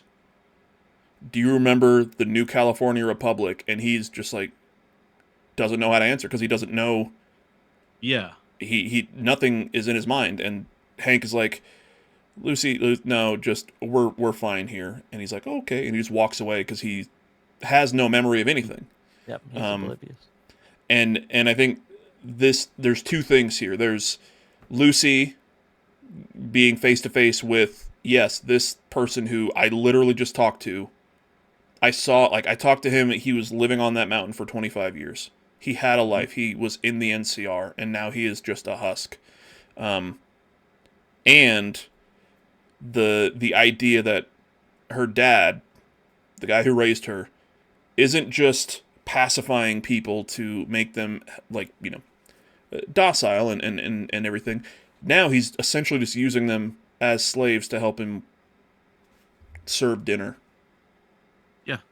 And I think this, like we said, like, if she had any reservations about whether or not this was the right thing to do or a good thing to do, immediately evaporated seeing Biff and talking to him. And yeah, Hank gets up, starts walking over towards the oven to get a pie out, because he's baking a pie, because everything is fine. Still wearing his handcuffs, because Lucy, hasn't let him in, but he's like, it's my girl, it's my little girl. She's doing the right thing too. She's doing what she needs to do. But as he walks over, he says, "The New California Republic, just like the Legion, they all have their problem, Lucy. High taxes, expansionist tendencies, unpopular foreign policy." He says, "Trust me, you'll understand when you're older." When you're older. Like a dick. Just talking down to her, because he's the adult. She's not an adult. When you're older, you'll understand why I'm doing this when you're older. She's a grown-ass woman. He reaches in to get the pie out of the oven, and he kind of pulls his hands out, because these metal handcuffs burn him. Whether or not they do, I don't know if they actually do or not, or if he just sees an opportunity to make her think, it's painful, but we're just talking because you're my daughter, and we're good. Lucy's like, "Oh, let me help." Walks over there, starts undoing one of the handcuffs while talking to him, says, You're right. One side is murdering people, enslaving them, crucifying them, and the other side is vaguely problematic.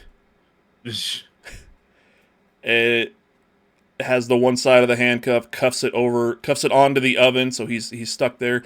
Quickly grabs his pit boy off his hand, and backs up quickly. Smart, survival skills there. Yes. And this line too. I have to admit, you were always a good father. Thanks to you, I'm not a fudging idiot. I'm shutting down the mainframe. And she walks off, and this is the first time that we see Hank angry. Yeah. Because this is the first time that his plan isn't, like, everything's not going to his plan. I think he drops the act. Yeah. Yeah. She drops her act, he drops his. He's like, no, yelling at her like, "Lucy, get back here," just mad. Lucy's fucking smart as shit. He was a good father. She's not a fudging idiot. She's seeing her dad enslave people, and she's seen killing. She's seen all this stuff. Still won't say the F word. Yeah. Well, you gotta draw the line somewhere. It's almost like have you guys watched The Good Place? Yeah. Yes. Yeah. Yeah, where they can't swear, Yeah. Yeah. That's what Lucy is. Like, she's saying it, but nope, this is the word. Like, this she says the F word, it comes out fudging. That makes it better. Cuz she says it like so naturally. It's not like it doesn't sound like it's a weird thing that she's saying. It's just, this is just the word that she's always... I love it. It's a dumb little thing, but I love it. Yeah. Man. Cut over to Norm waking up again. Yes. And as he's waking up, Claudia's untying his hands, and she's like, "We need to get the hell out of here," because she's the only normal one in this group. Because as we learned, what was it, 2 episodes ago, I think, where the last episode, she had just joined. She was a week ago. I was driving across that bridge, and now everything's gone. Yep. Which I have a question. Yeah. Just for y'all's opinion. Do you think it's just the propaganda that makes all the Vault-Tec people the way they are, or is it some other kind of mind control we're going to learn about later? Because she is the only one that's not just all gung-ho about Vault-Tec. I wouldn't be surprised if it was... Because we've seen, a bunch of different vaults in the past with a bunch of different things, and one of them specifically was not necessarily mind control, but like subliminal messaging to kind of get them to kind of think of a certain way, which ended up with everybody. Obviously, I mean, they all just ended up with everybody killing themselves or killing each other, but whatever. But like that subliminal messaging, kind of getting it into them. I think that could be part of it, where because she was only there for a week, it hadn't sunk. It sunk in enough to where she was like, "Oh, yeah, freeze me because I'm part of Bud's Buds and everything." But it wasn't long enough for it to completely dial in. Whereas for these other ones, everybody but I would say Reggie, because I think Reggie was bought in. I think he was part of Reggie. Yeah.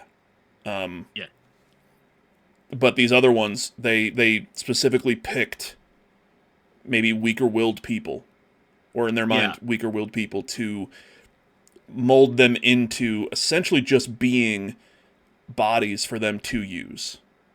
Yeah. Like this is it's very cult-ish behavior. Mm-hmm. And it seems like obviously Reg knows what is going on. Yeah. Because he was Bud's personal assistant. So he knows what's going on.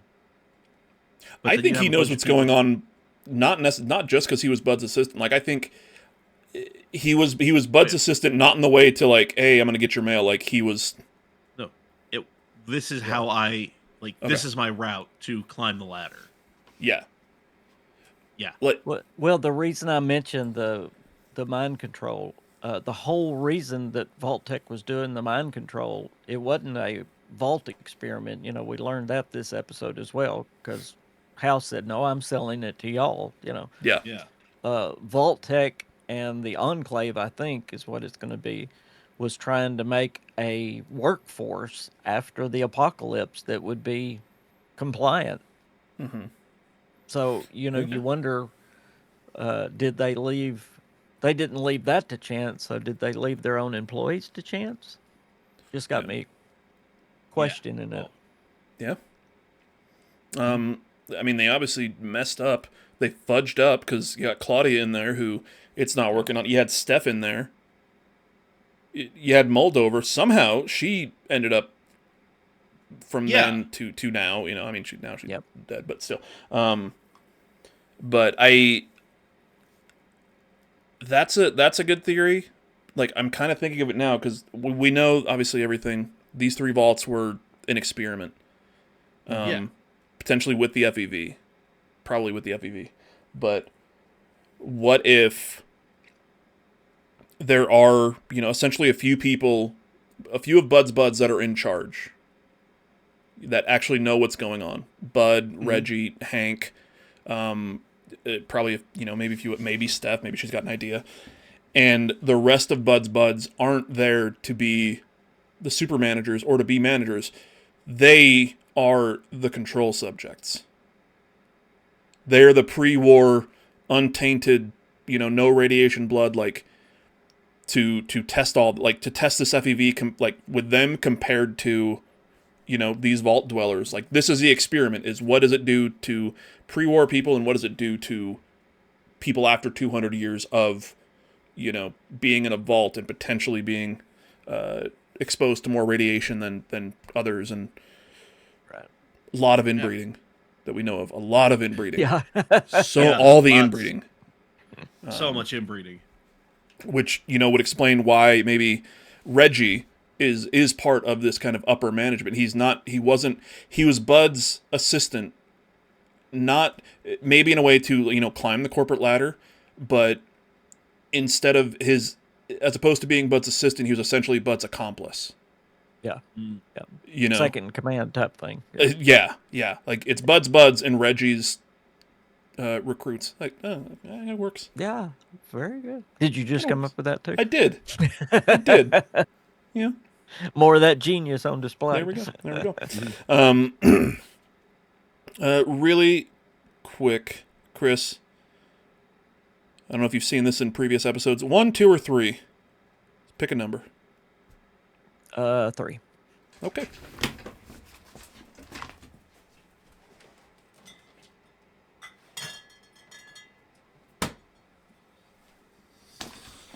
Nuka-Cola Quantum. Quantum. Where'd my bottle opener go? What is your favorite flavor, by the way? I would say grape. Mine too. Yes. Yeah. Mm-hmm. I don't like root beer. And the Quantum, like, this is just I don't know what the hell. It says berry lemonade, but it doesn't taste like berries or lemonade. Yeah. It just tastes like blue. It's okay. Yeah. But the grape is really good. Yeah. So, yeah, we are with... I don't know how to open this. There we go. Norm wakes up. Claudia's helping him out. And he's like, before we do anything, like, I gotta go. She's like, we gotta get out of here. And he's like, I gotta do something first. And he goes over to the radio. And that's where we hear him talking into the radio and trying to get to just send a message out. Let me open up my phone again here. Go back to my notes. He calls Lucy first, then his dad. Yeah. Second. Says he's Lucy, Dad, whoever. Dad, if you can hear me, what's going to happen to our vault? Why didn't you tell me? Why didn't you tell us the truth? So all we saw on the terminal was FEV and, forced evolutionary virus. So I think there was more on there specifically mentioning vaults 31, 32, 33. So not just, the FEV or whatever, like, and because they came out of 31 and mentioned FEV, like, so that already is linking. So he's trying to put 2 and 2 together with 1 and 1, if that makes sense. He doesn't have any concept of what's happening. He just read this, knows it's from here. What's going on? Why didn't you tell us? Who the hell are you, really? Head Dick in charge, Reggie, and the rest of the Vaulties find them. Before we see anything, cut to Vault 32, because it's a wedding! It's a beautiful wedding, you guys. Steph's in the wedding dress. The wedding dress, Mm-hmm. She is pretty, by the way. She is, yeah. And she has a white eye patch. I love that they just have matching eye patches for some reason. Yep, looks great. The coordination. But they're, I just, the idea that somebody is getting stuff ready for this vault before the war happens, and they're like, you know what, we need multicolor eye patches. Yeah, we need a blue one, we need a white one. What? I just get a feeling. I got a feeling we need eye patches. Yeah. And they gotta be, we need blue, white, yellow. Those are all the colors that people are gonna wear. Yeah. So they are in the wedding dress. Who is Davey? I always forget the old guy's name. Davey is officiating it. Yep. I don't know if he's ordained, but whatever. Yeah. And, he's like, Steph, do you take Chet to be your husband? She says, I do. Chet, do you take Steph to be your wife? And he kind of looks around. And he's like, you just got to say I do, bud. And he says, yeah. I don't. He's like, all right, then with the power. And he's like, no, I don't. Yeah, I love how he's not paying attention. Yeah. And they're holding hands, and it keeps cutting to their hands, and Steph is just putting more and more force, and she's like, Chet, don't do this, under her breath almost. And Chet here is like, maybe we should just keep going. It just seemed like this was going to be the only time I was going to have a lot of witnesses around to say that I think Steph good move, is Chet. Yeah, yep. good move. Finally got smart. Yeah, to say that I think Steph is part of a plan to hurt us. I found Woody's glasses in our garbage disposal, and I think she hurt him. And Davey's like, "That's a big thing to throw around. Do you have these glasses?" And he's like, "Well, no, I broke them and put them down the disposal." And then Davey, without missing a beat, we all get cold feet. Let's keep going. Oblivious to anything. This man is a vaulty through and through. Yeah. Nothing else is, everything is good because we're in the vault. The worst thing about being in the vault right now is, one, he had to play checkers with Woody, and he doesn't like checkers. And two, he forgot how to turn places. Those are the biggest problems. He has been hilarious the whole time. Yeah. And then he says, he brings out the big guns. Going, once again, these vaulties, the only thing they know about the world is what they were taught pre-war. And they were taught that America was the greatest, and it was the only country. Because he's bringing out all these things, and like all this proof, She wasn't born in Vault 31. Okay. She's 200 years old. Whatever. And she's not even from America. She's Canadian. Everybody gasps. Like, that's the problem. Not that she's 200 years old, or that she may have killed Woody. Nope. It's that she's Canadian. And I love. Well, let's finish the scene really quick. Steph flees. She runs away before anybody can really grab her. We see her run into the overseer office, close and lock the door as everyone's following her, and pounding on the door and chanting, "Open up, open up." The box is right here next to her, the keepsake box, and she is freaking out because this is like Hank in back in Vault 21. Like, this is the first time that everything isn't going to plan. Something's wrong, and why is something wrong? What happened? And what does she do now? But I love the idea that, as we said, like, Chet thinks he knows that she was, she's he knows that she's from pre-war. She wasn't born in Vault 31. But he doesn't know that nobody was born in Vault 31. Like, he's got all of this from the mindset of somebody who is in one of 3 vaults that all work together. Right. Mm-hmm. And it's just I think it's just a fun thing to kind of, not a fun thing, it's terrifying almost to think about it. Like, he knows that there's a problem, and he knows that she's not who she says she is, but he also doesn't know why she's not who she says she is, or anything about why she wouldn't be. Yeah. Who she says. Now, at this point, obviously, in my mind, there's only one way, or one of 2 ways she can get out of this situation. And I know that's going to be, I don't know if y'all even want to talk about what might be in the finale, but if she's got the FEV, she's either going to take it, or she's going to find a way to distribute it to all the ones trying to get in at her.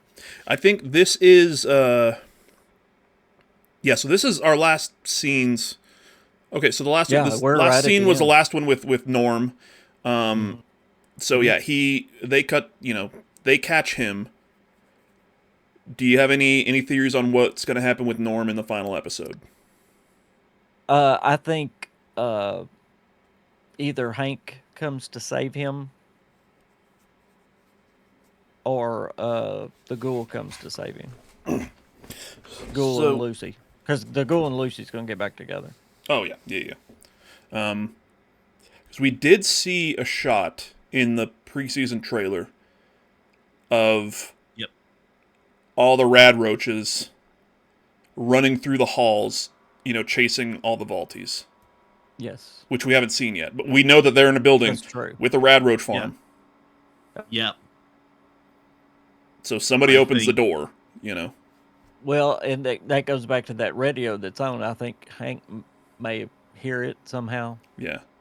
That's why I said Hank may do it. Like, 'cause I still think, as much of a corporate man as he is, and how much he's trying to get up that ladder, I think there's a part of Hank that is, I'm a father. Yeah. And whether or not he goes to, like, save Norm, like, I think if he finds out that Norm is in trouble, he will try to do what he can. More than likely just try to send people out to kill anybody else in the way, because they don't matter. But to save his son, because his son and his daughter and him, those are the only 3 people in the world that matter. And obviously he's going to have to make a choice between them and Vault-Tec very soon. Yeah. That's, go ahead. I was gonna say, I honestly think Hank is gonna choose Vault-Tec over anything else. Just because, like, look at how much and how hard he was trying to manipulate and gaslight Lucy into getting him back, getting her back on his side. Yeah. And how mad he got when she went against it. Yeah. So I think Yeah, I think it's going to be like we are really going to just cement Hank as like the true evil, like the bad guy that is going to be. This chase is going to drag us through the rest of Fallout canon. Oh my god, could you imagine if by the end of like maybe season 3 or whatever, whenever the hell they do a Fallout 5 and Hank, you know, is the bad guy. And then you have to play Fallout 5 to understand the next season of Fallout. Yeah. Like, why is this guy alive? I do think Fallout 5 will have things from the show. Yeah. Yeah, I you know, like I said when I was watching the episode earlier today about, you know, is Bethesda ruining Fallout? Like you bring up the fact that Todd Howard has said this is canon and Fallout 5 will take place in a world where the things in this show have happened. Whether, like, he doesn't say Fallout 5 is going to take place in California, you're going to be Lucy, no, he says, like, the world that Fallout 5 takes place in, like, things that happen here have happened in that world. So they can be referenced, they can be brought up, but, the show is established canon, and the game will reference established canon, like, going all the way back to Fallout 1, like, which is... So, going back to Steph, do y'all...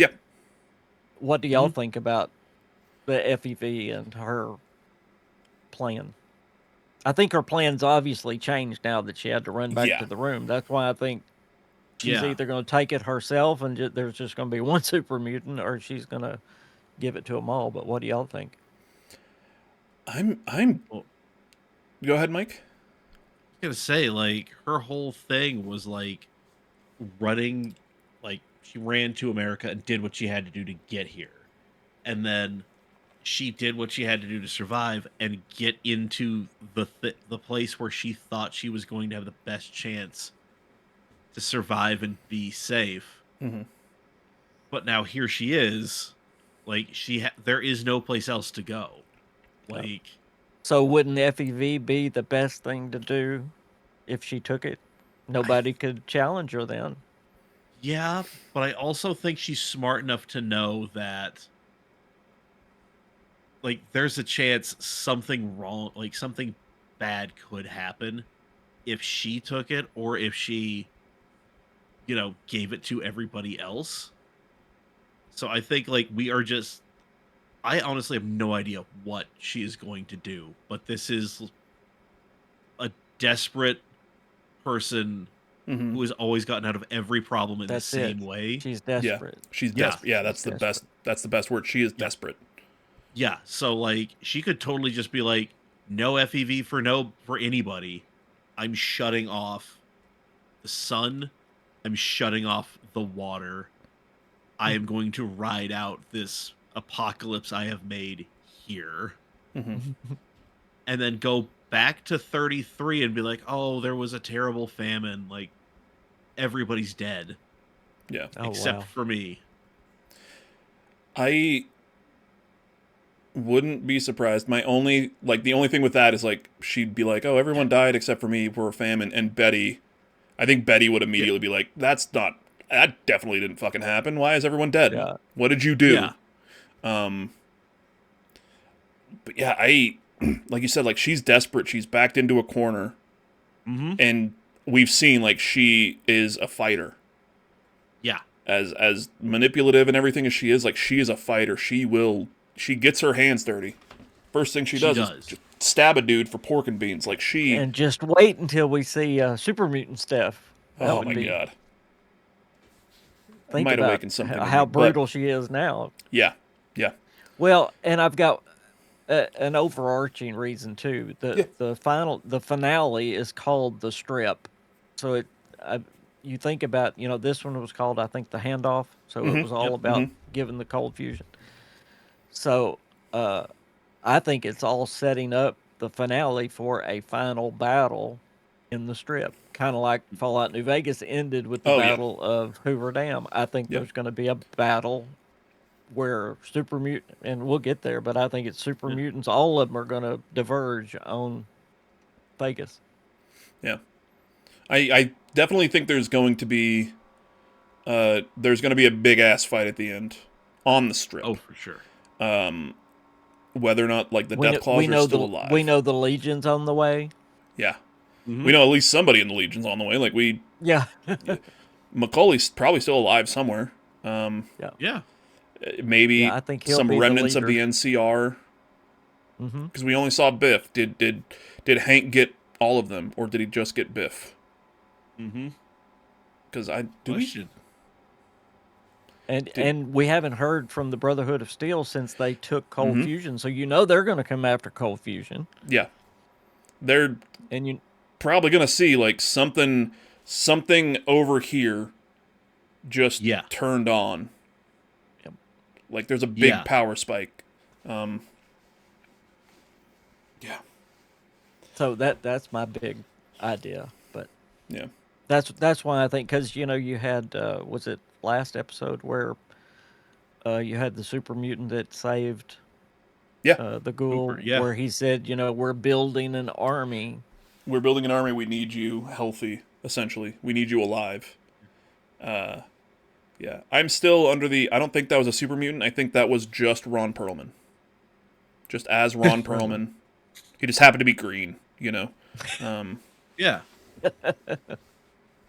But yeah, no, there's going to be a massive battle on the strip in the final episode, but I don't necessarily think that we're going to see the outcome. You know what I mean? Like we'll start seeing some fighting, and then there's going to be a cliffhanger because they know that there's a season 3. Like there's going to be. Oh yeah.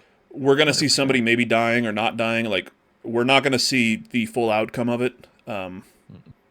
But there's going to be... There better be some exploding cars. That's all I want. Oh, there will be. Yeah, I love exploding cars. God, I love them. We're back on the strip.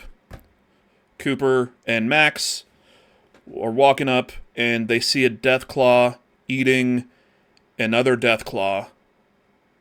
Which I'm like, oh my god, they're surviving in here.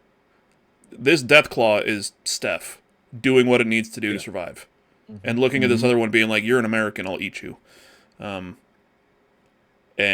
Max is like, "What's the strategy?" He says, "I want you to get between me and anything that looks like that." And we see the Iron Man shot of Max's face, and this kid's excited. He's like, I'm untouchable in this thing. I've got these giant blades. Walks over to the car and like does the thing with the blade, like makes the sparks, sharpening it. Like he is ready. And we're hearing kind of this Western, showdown music as he's staring at the Deathclaw. Deathclaw staring at him, kind of roaring up. And yeah, he just charges right into this Deathclaw, no fear. Yeah, just beating the hell out of this thing. Stabbing it and everything, and like getting hit and getting back into it. They're fighting. Cooper, kind of sneaks his way around to the door of the Lucky 38, and goes to open it. But before he can, the Deathclaw, swipes Max into a car. Yeah, and his arm gets caught. And as he's trying to pull out, he can't pull it out. The Deathclaw, sees this and doesn't go for the kill or anything, but sees Cooper, probably just like an easier meal. Yeah. A squishy meal. Starts walking over to Cooper, and Cooper pulls out the Gauss rifle. And the shot from this thing, taking out just a chunk of the Deathclaw's body, and the Deathclaw's like, what the hell? And just shakes it off. Yeah. And just keeps moving. Yeah, and you can see, we go back to the first time we saw the Deathclaw, like, the fear in Cooper Howard's eyes. Yeah. Mm-hmm. Not the ghoul, not this badass bounty hunter. The soldier who was stuck in the power armor, who saw the demon in the snow. And the terror in his eyes. I actually love that because it, explains bullet sponges in Fallout. Yeah. Games a lot. Yeah.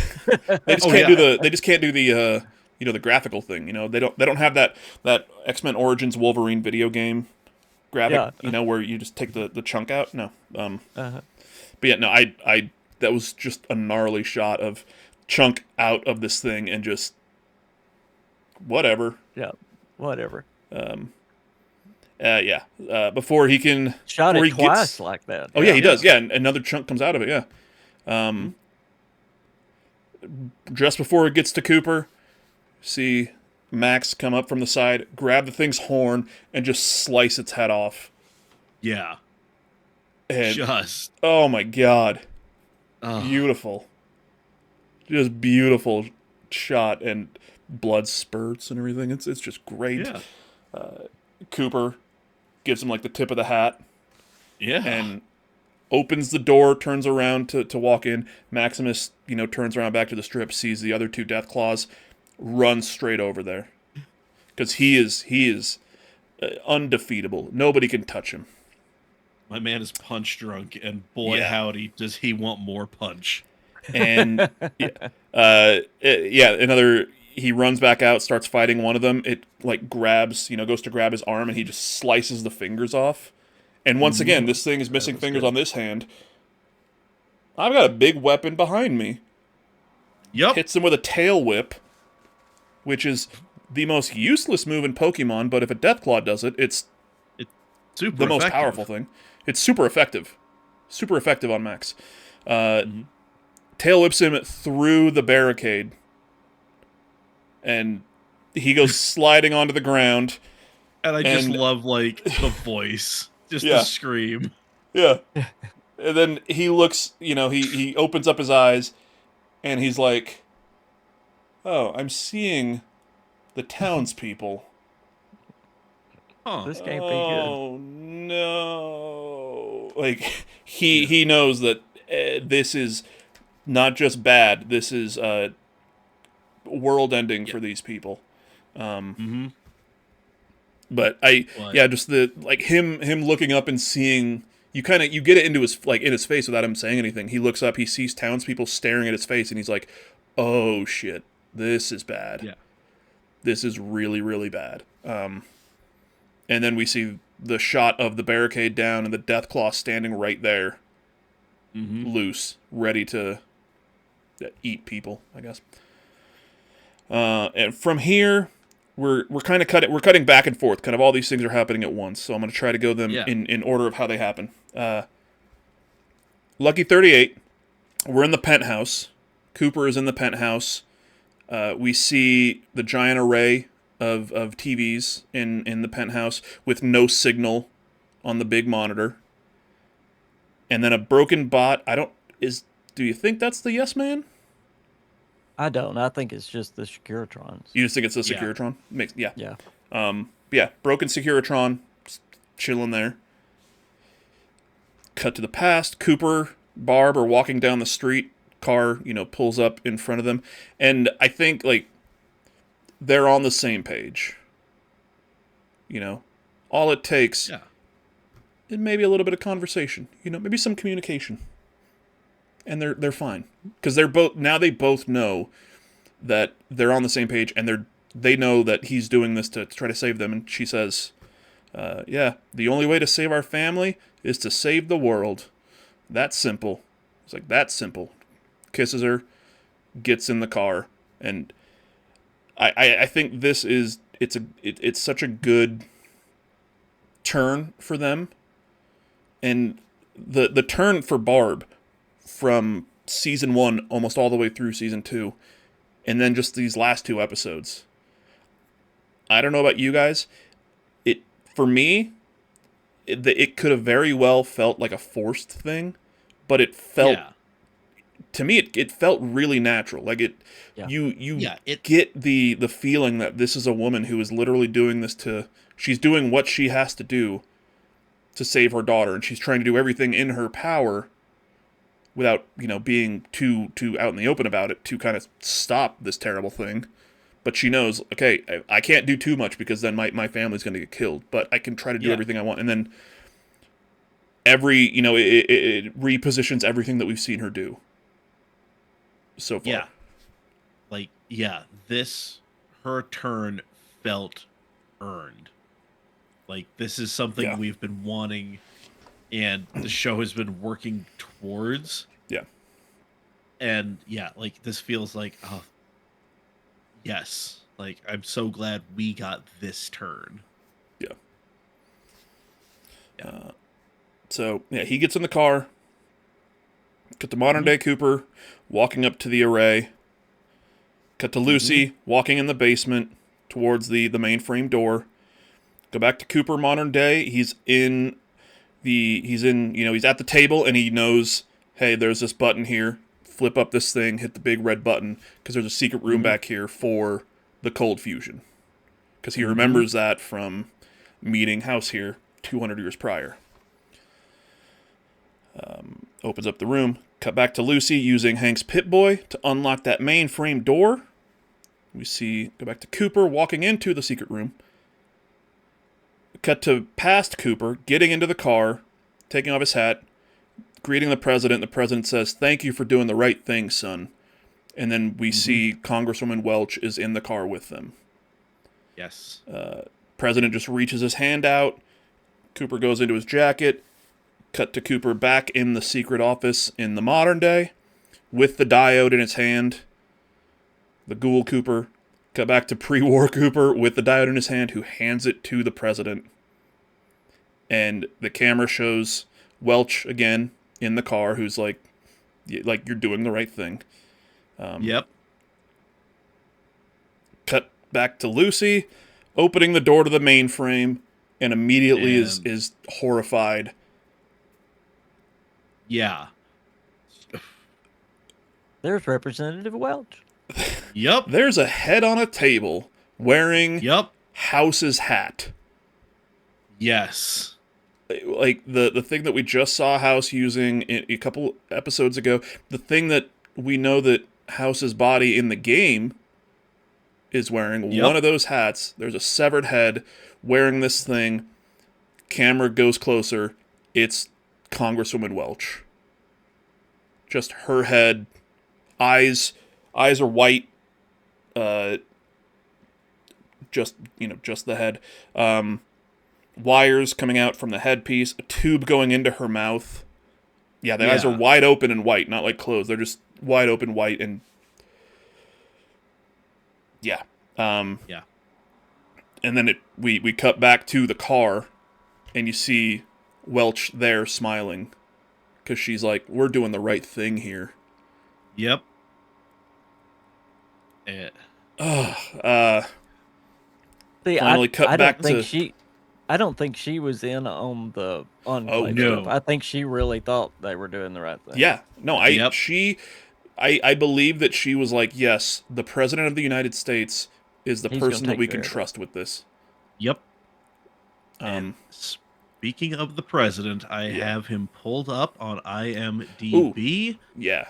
Do we want to play a little game? Should we?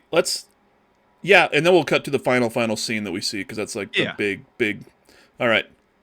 Yep. All right. It has been a hot minute since I've listened to Doug Loeb's movies, but I do remember one IMDb game about this person's known for. So, on everybody's IMDb page, you have your top 4 things that they think you are best known for. What I'm going to do, because I don't remember how Doug does the game, but I am going to start rifling off his top 4, and as soon as you think you know who this might be, just raise a hand. Okay. All right. Starting with the most recent on there, he was the voice of Surtur in Thor Ragnarok.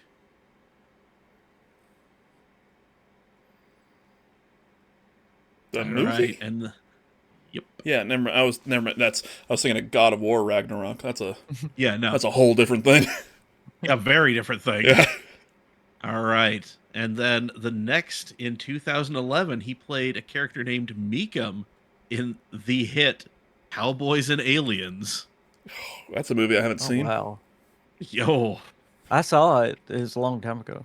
Yeah, that is on the list. I remember seeing a trailer and seeing the name for it, and I was like, I think I get it. Yep. It's pretty good. Yeah. That's what it says on the tin. I got the gist. All right. 1997. He played Sergeant Zim in Starship Troopers. Oh yeah, I can see him. Yep. I don't know his name. No. Yeah, 1994 Captain Hadley in The Shawshank Redemption. Ladies and gentlemen, your president, Clancy Brown. Clancy That's Brown, not his there you go. name. That is his name.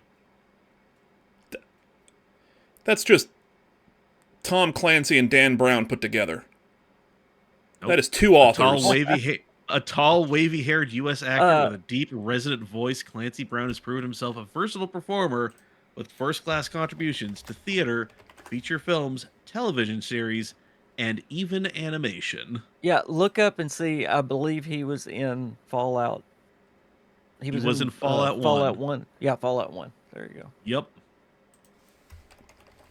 Yeah, that's one that he has, just as an actor, 353 credits. Oof. Wow. Yeah, he was the voice of Hades in God of War 3. He has played Lex Luthor in various Superman animated projects. Oh, he'd be a good Lex Luthor. Yeah. Just so much. Yeah, he was Lex Luthor. Yeah, Lex Luthor in Justice League Unlimited, which amazing series. Do this. So he was the voice. He was the voice of Rhombus, the head paladin and head knight of the Lost Hills chapter of the Brotherhood of Steel in Fallout 1. That's awesome. So I don't. Okay, yeah. So he's obviously not playing the same character. No. You know, but Yeah. does it say who he is in this episode?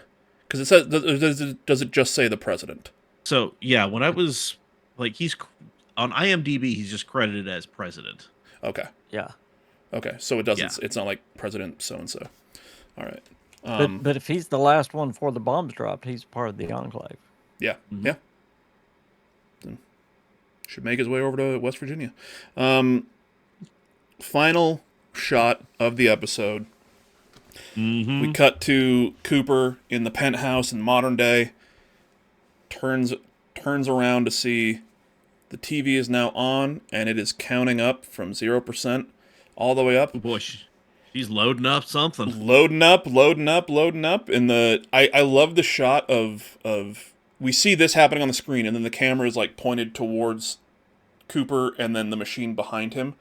And as it hits 100%, you see all the water and everything in the machine just kind of, it's all moving, and then it just goes blue, and it's kind of more calm. And you're like, oh, okay. TV, big-ass screen comes up. All the screens come up. Boom, boom, boom. We kind of see a Fallout, like one of the kind of map, almost, from a Pit-Boy. Right in the center. Ooh. Mr. House. Robert House. Says... One and only. The one and only says, oh, good to see you, old chum. I forget exactly what I didn't write it down. But yeah, just House sees Cooper. Cooper sees House. He says, good to see you again, essentially, you know. And that's the end of the episode. Yeah. That's it. I can't remember if it either ends with that or it ends with the head on the table. One of the two. But regardless, like there's a head on the table of Welch wearing the hat that we saw House in, and now House seemingly his consciousness is in the computer here. It's alive. He's alive somehow, or at least he's alive enough to look at Cooper and recognize him, or potentially maybe it's just a video. I don't know. But that is the end of episode 7, the Handoff. Now, we have one episode left, as we've talked about. Yes, we do. And there are, like I said, a lot of things that we may or may not see, paid off. We've got, is Norm going to escape the Vaulties? Is he going to die? What is in the box with Steph? What the hell's happening there? Cooper is now with House, apparently. Lucy's with a head, just hanging out. Max is in the middle of Freeside, in the middle of a fight with a Deathclaw. A couple of Deathclaws. Yeah. Yeah. Thaddeus trying to reattach that arm. Somebody just get that boy a doctor's bag. Get some, just sew it back on or something. Get him a stapler. Anything at this point. So, do you think they'll do like they did last season and give us a tease where we're going for season 3? I think how they're going to do it is they're going to finally reveal the Enclave in the last episode, which will hint toward us going to DC for season 3. Yeah. It's at least like for some scenes anyway. Yeah, I don't think that's no, I was going to say. No, I think that is probably what's going to happen. Like, we're going to get a tease of what's going to happen in season 3, I don't think it's going to be as deliberate as seeing Hank walk over a hill to see New Vegas. Yeah. But no, I think we'll see some sort of thing with the Enclave, and there'll be like a line of dialogue being like, "Where is this coming from?" Oh, it's coming from the Commonwealth. And then maybe we do see, like a camera goes over there and we kind of see just a shot of like Boston, or maybe like the DC, the capital Wasteland. We see like the White House. Yeah. Yeah, they put stuff in the credits a lot. Yeah. Yeah. So like I definitely think we're going to tease from what we're going to be seeing in season 3, or at least where we'll go, or where we will end up. Because last one we saw, like we said, we saw New Vegas, and then that wasn't where we started at. Like, that's where everybody ends up at. Right. So I think, like, with this one, it's going to be probably something similar. And, yeah, either DC or, the Commonwealth. Give me West Virginia. Let's go to Appalachia. You know what I mean? That'd be great, too. Yeah. Not enough people have played 76. Let's just tell that story. Right? But if we go to DC for season 3, that'd be a really good time to give us Fallout 3 remastered too. If they're planning ahead, Which maybe Todd's in their ear going, it may be ready next year. Yeah. I don't want to go to DC. Yeah. There's the thing I brought up before, Greg Miller over at Kind of Funny was like, wouldn't it be crazy if the end of season 2 is them like getting in a vertibird to go fly to DC, and then at the same time they shadow drop the Fallout 3 master. Would that be amazing? Yeah, but we can hope, Oh, we can dream. Mike, were you gonna say something? I was gonna say, like, there's like the story is going east, and there's a bunch of like fun ways that they could do it that aren't as kind of on the nose of somebody running towards a very iconic thing from Fallout 3 or Fallout 4 or 76. Yeah. So I mean, because we still have the Brotherhood, and remember, all of the Brotherhood chapters are terrified of the Commonwealth. The Commonwealth. So you could have somebody just a shot like post credits, just like two scared, like people from the Brotherhood flying east. And that's just the only indication we have. It's just like, they're going east. To where east? Yeah. We don't know. Do they get there? So like that could be a fun way to be like, it's like, yes, we're doing 3 or 4 or 76, but we're not telling you. 76. Come on. I just pipe dream for me. No, let me pushing this pipe dream. I want to gas you up, buddy. Yeah, let me ask you too this. Do you want them to do that? Do you want them to go to DC or like the Commonwealth or something, or do you want season 3 of Fallout to be like a new story, or like a brand new place that we haven't seen in the games before? Because obviously season 1 we were in like California and everything. We were kind of seeing Shady Sand, stuff like that. Season 2 now we're in New Vegas. Like, do you want to see the story go to a place we've been before, or do you think the show like has enough juice to where it can just tell a, you know, it's going to be a brand new story, but like a brand new story in a brand new place? I think it does.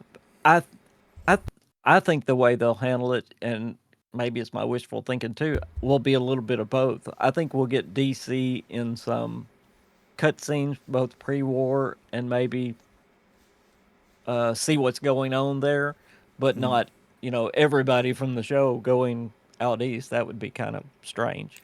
So Yeah. I think that's how they'll bring in both the east and the west coast. Yeah. Mike, any thoughts?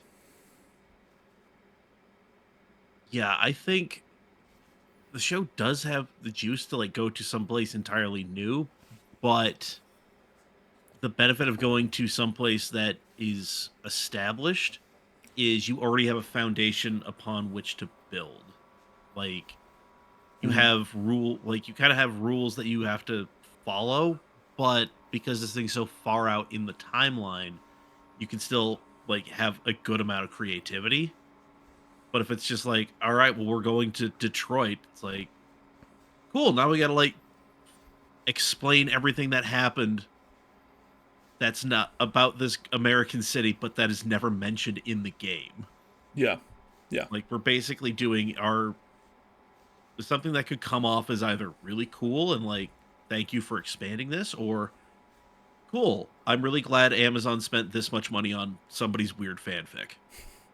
Well, You know? but what if, like for example, what if next season they're going east and we stop in Detroit and we get some backstory as to what's happening there, and then they leave, like opening up Detroit as, hey, guess what you're going to see in Fallout 5. Possible. Possible. Yeah. Like this, it's Exactly. essentially like them setting up the storyline for Fallout 5 or so, like in a new place. Yeah. Once just wishful thinking, just theorizing there. Oh.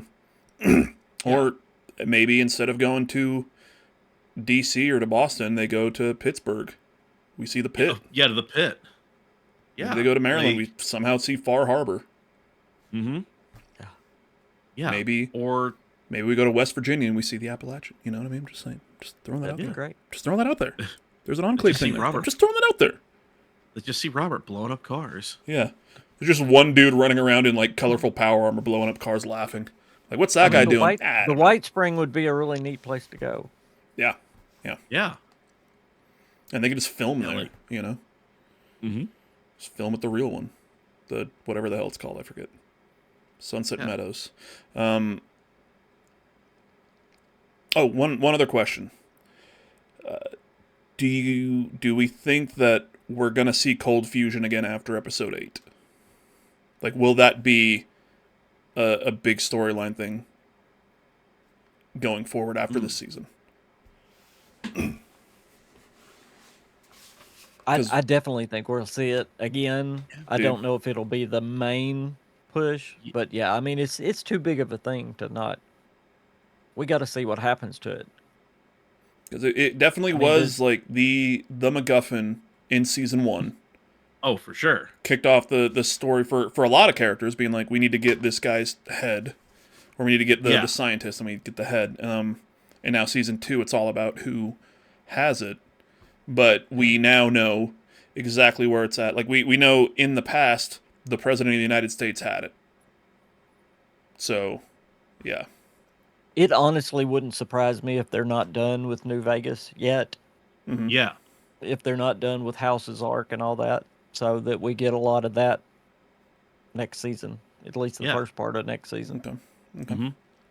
Yeah, that kind of, I had this thought of like, we have all these different like, A plot, B plots like per episode, but they kind of all wind up kind of intertwined. Mm-hmm.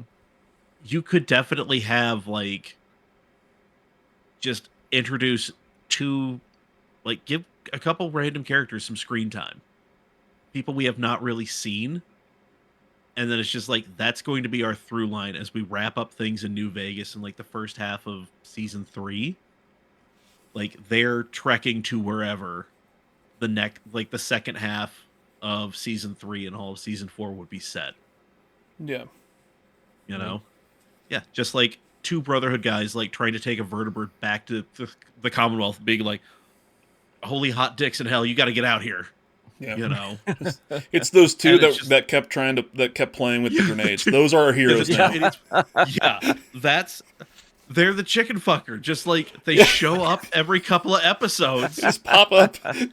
Yeah, It's like, what are these And it's guys just- doing? yeah. And it's just like, but they're in the vertebrate, and then it's just like they're walking away from a crashed vertebrate in like Kansas somewhere, like. Yeah. And it's just like them walking, and it's just like walking past the St. Louis Arch, or like what's left of it. Or we just get a monologue or not a monologue, a montage of them walking through with like jaunty walking music. You know, and it's like walking past like, the arch, but it's missing the middle of it or something. And Yeah. Or it's just See, like you guys are our only hope, and they blow each other up with grenades just because they're dipshits. And it's like, I know Walton Goggins is a very powerful character, but the main character to me is the world. And that's why I say it definitely has the chops to go anywhere. Yeah. And like Yep. you're saying, it could focus on, Tim and Joe. It doesn't have to be Walton. The world is such the star in Fallout. Fallout is one of these. It's a franchise. It's like a property that I feel like there's not a lot of these. There's a lot of different stories out there. There's millions of stories. There's millions of worlds and everything that people have made. But Fallout is, I think, one of the few that really has its own world, its own identity.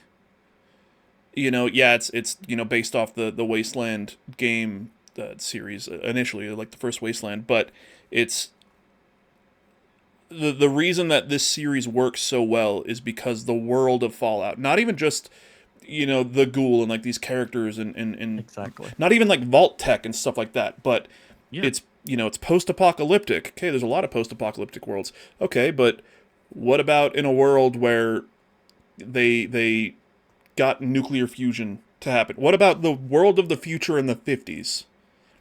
yeah, We're in this completely different world, but it's still close enough to our own to where we can see ourselves in it. But it is so unique and so one of one that the world is the main character. You can tell any story you want anywhere because you see Fallout and you're like, oh, that's Fallout. Yep. You hear so many people now. You hear songs, like 50 songs that you hear in the game, and like so many people hear a song and they're like, oh yeah, that's a Fallout song. That's a Fallout song. You know what I mean? Like Speaking that's of that, Fallout I hope music. a lot of these new Fallout songs come to the game. Some of them yes, please. great. Yes, Oh, please. yeah. Mm-hmm. There was one show that I think it was the show that they did Big Iron in because that's great. But that show, every song was like great. I mean, of course, I'm a 50s and 60s music nut anyway, but it's banger after banger after banger after banger. It was. Oh yeah. Oh wow, Mike, any final thoughts? I am so excited for episode 8. Yeah. Like everything. I'm just like, how are you going to land this plane? Like, I am so excited to see how they do these. Yeah. Oh man, I wish that maybe, like, I wish that like Twitch, and like let's just say like I wish like Amazon, where the show is on, and then whatever company like owns Twitch. Like I wish they could work together and make it so I could do like a watch along inside of Twitch. You know what I mean? But that would be amazing. Just this phantom company that owns Twitch and then runs all of the internet. I don't know if they in Amazon can work anything out. You know what I mean? Like happen, but that's crazy. It's crazy. Because imagine like episode 8 and we're doing a little watch along in our Discord server, and it's just like, log in with your Amazon Prime. We all watch it together. But that would be great. But I don't know. I don't know who owns Twitch. Anybody know? Is it Tom from MySpace? Did he buy it? I don't know.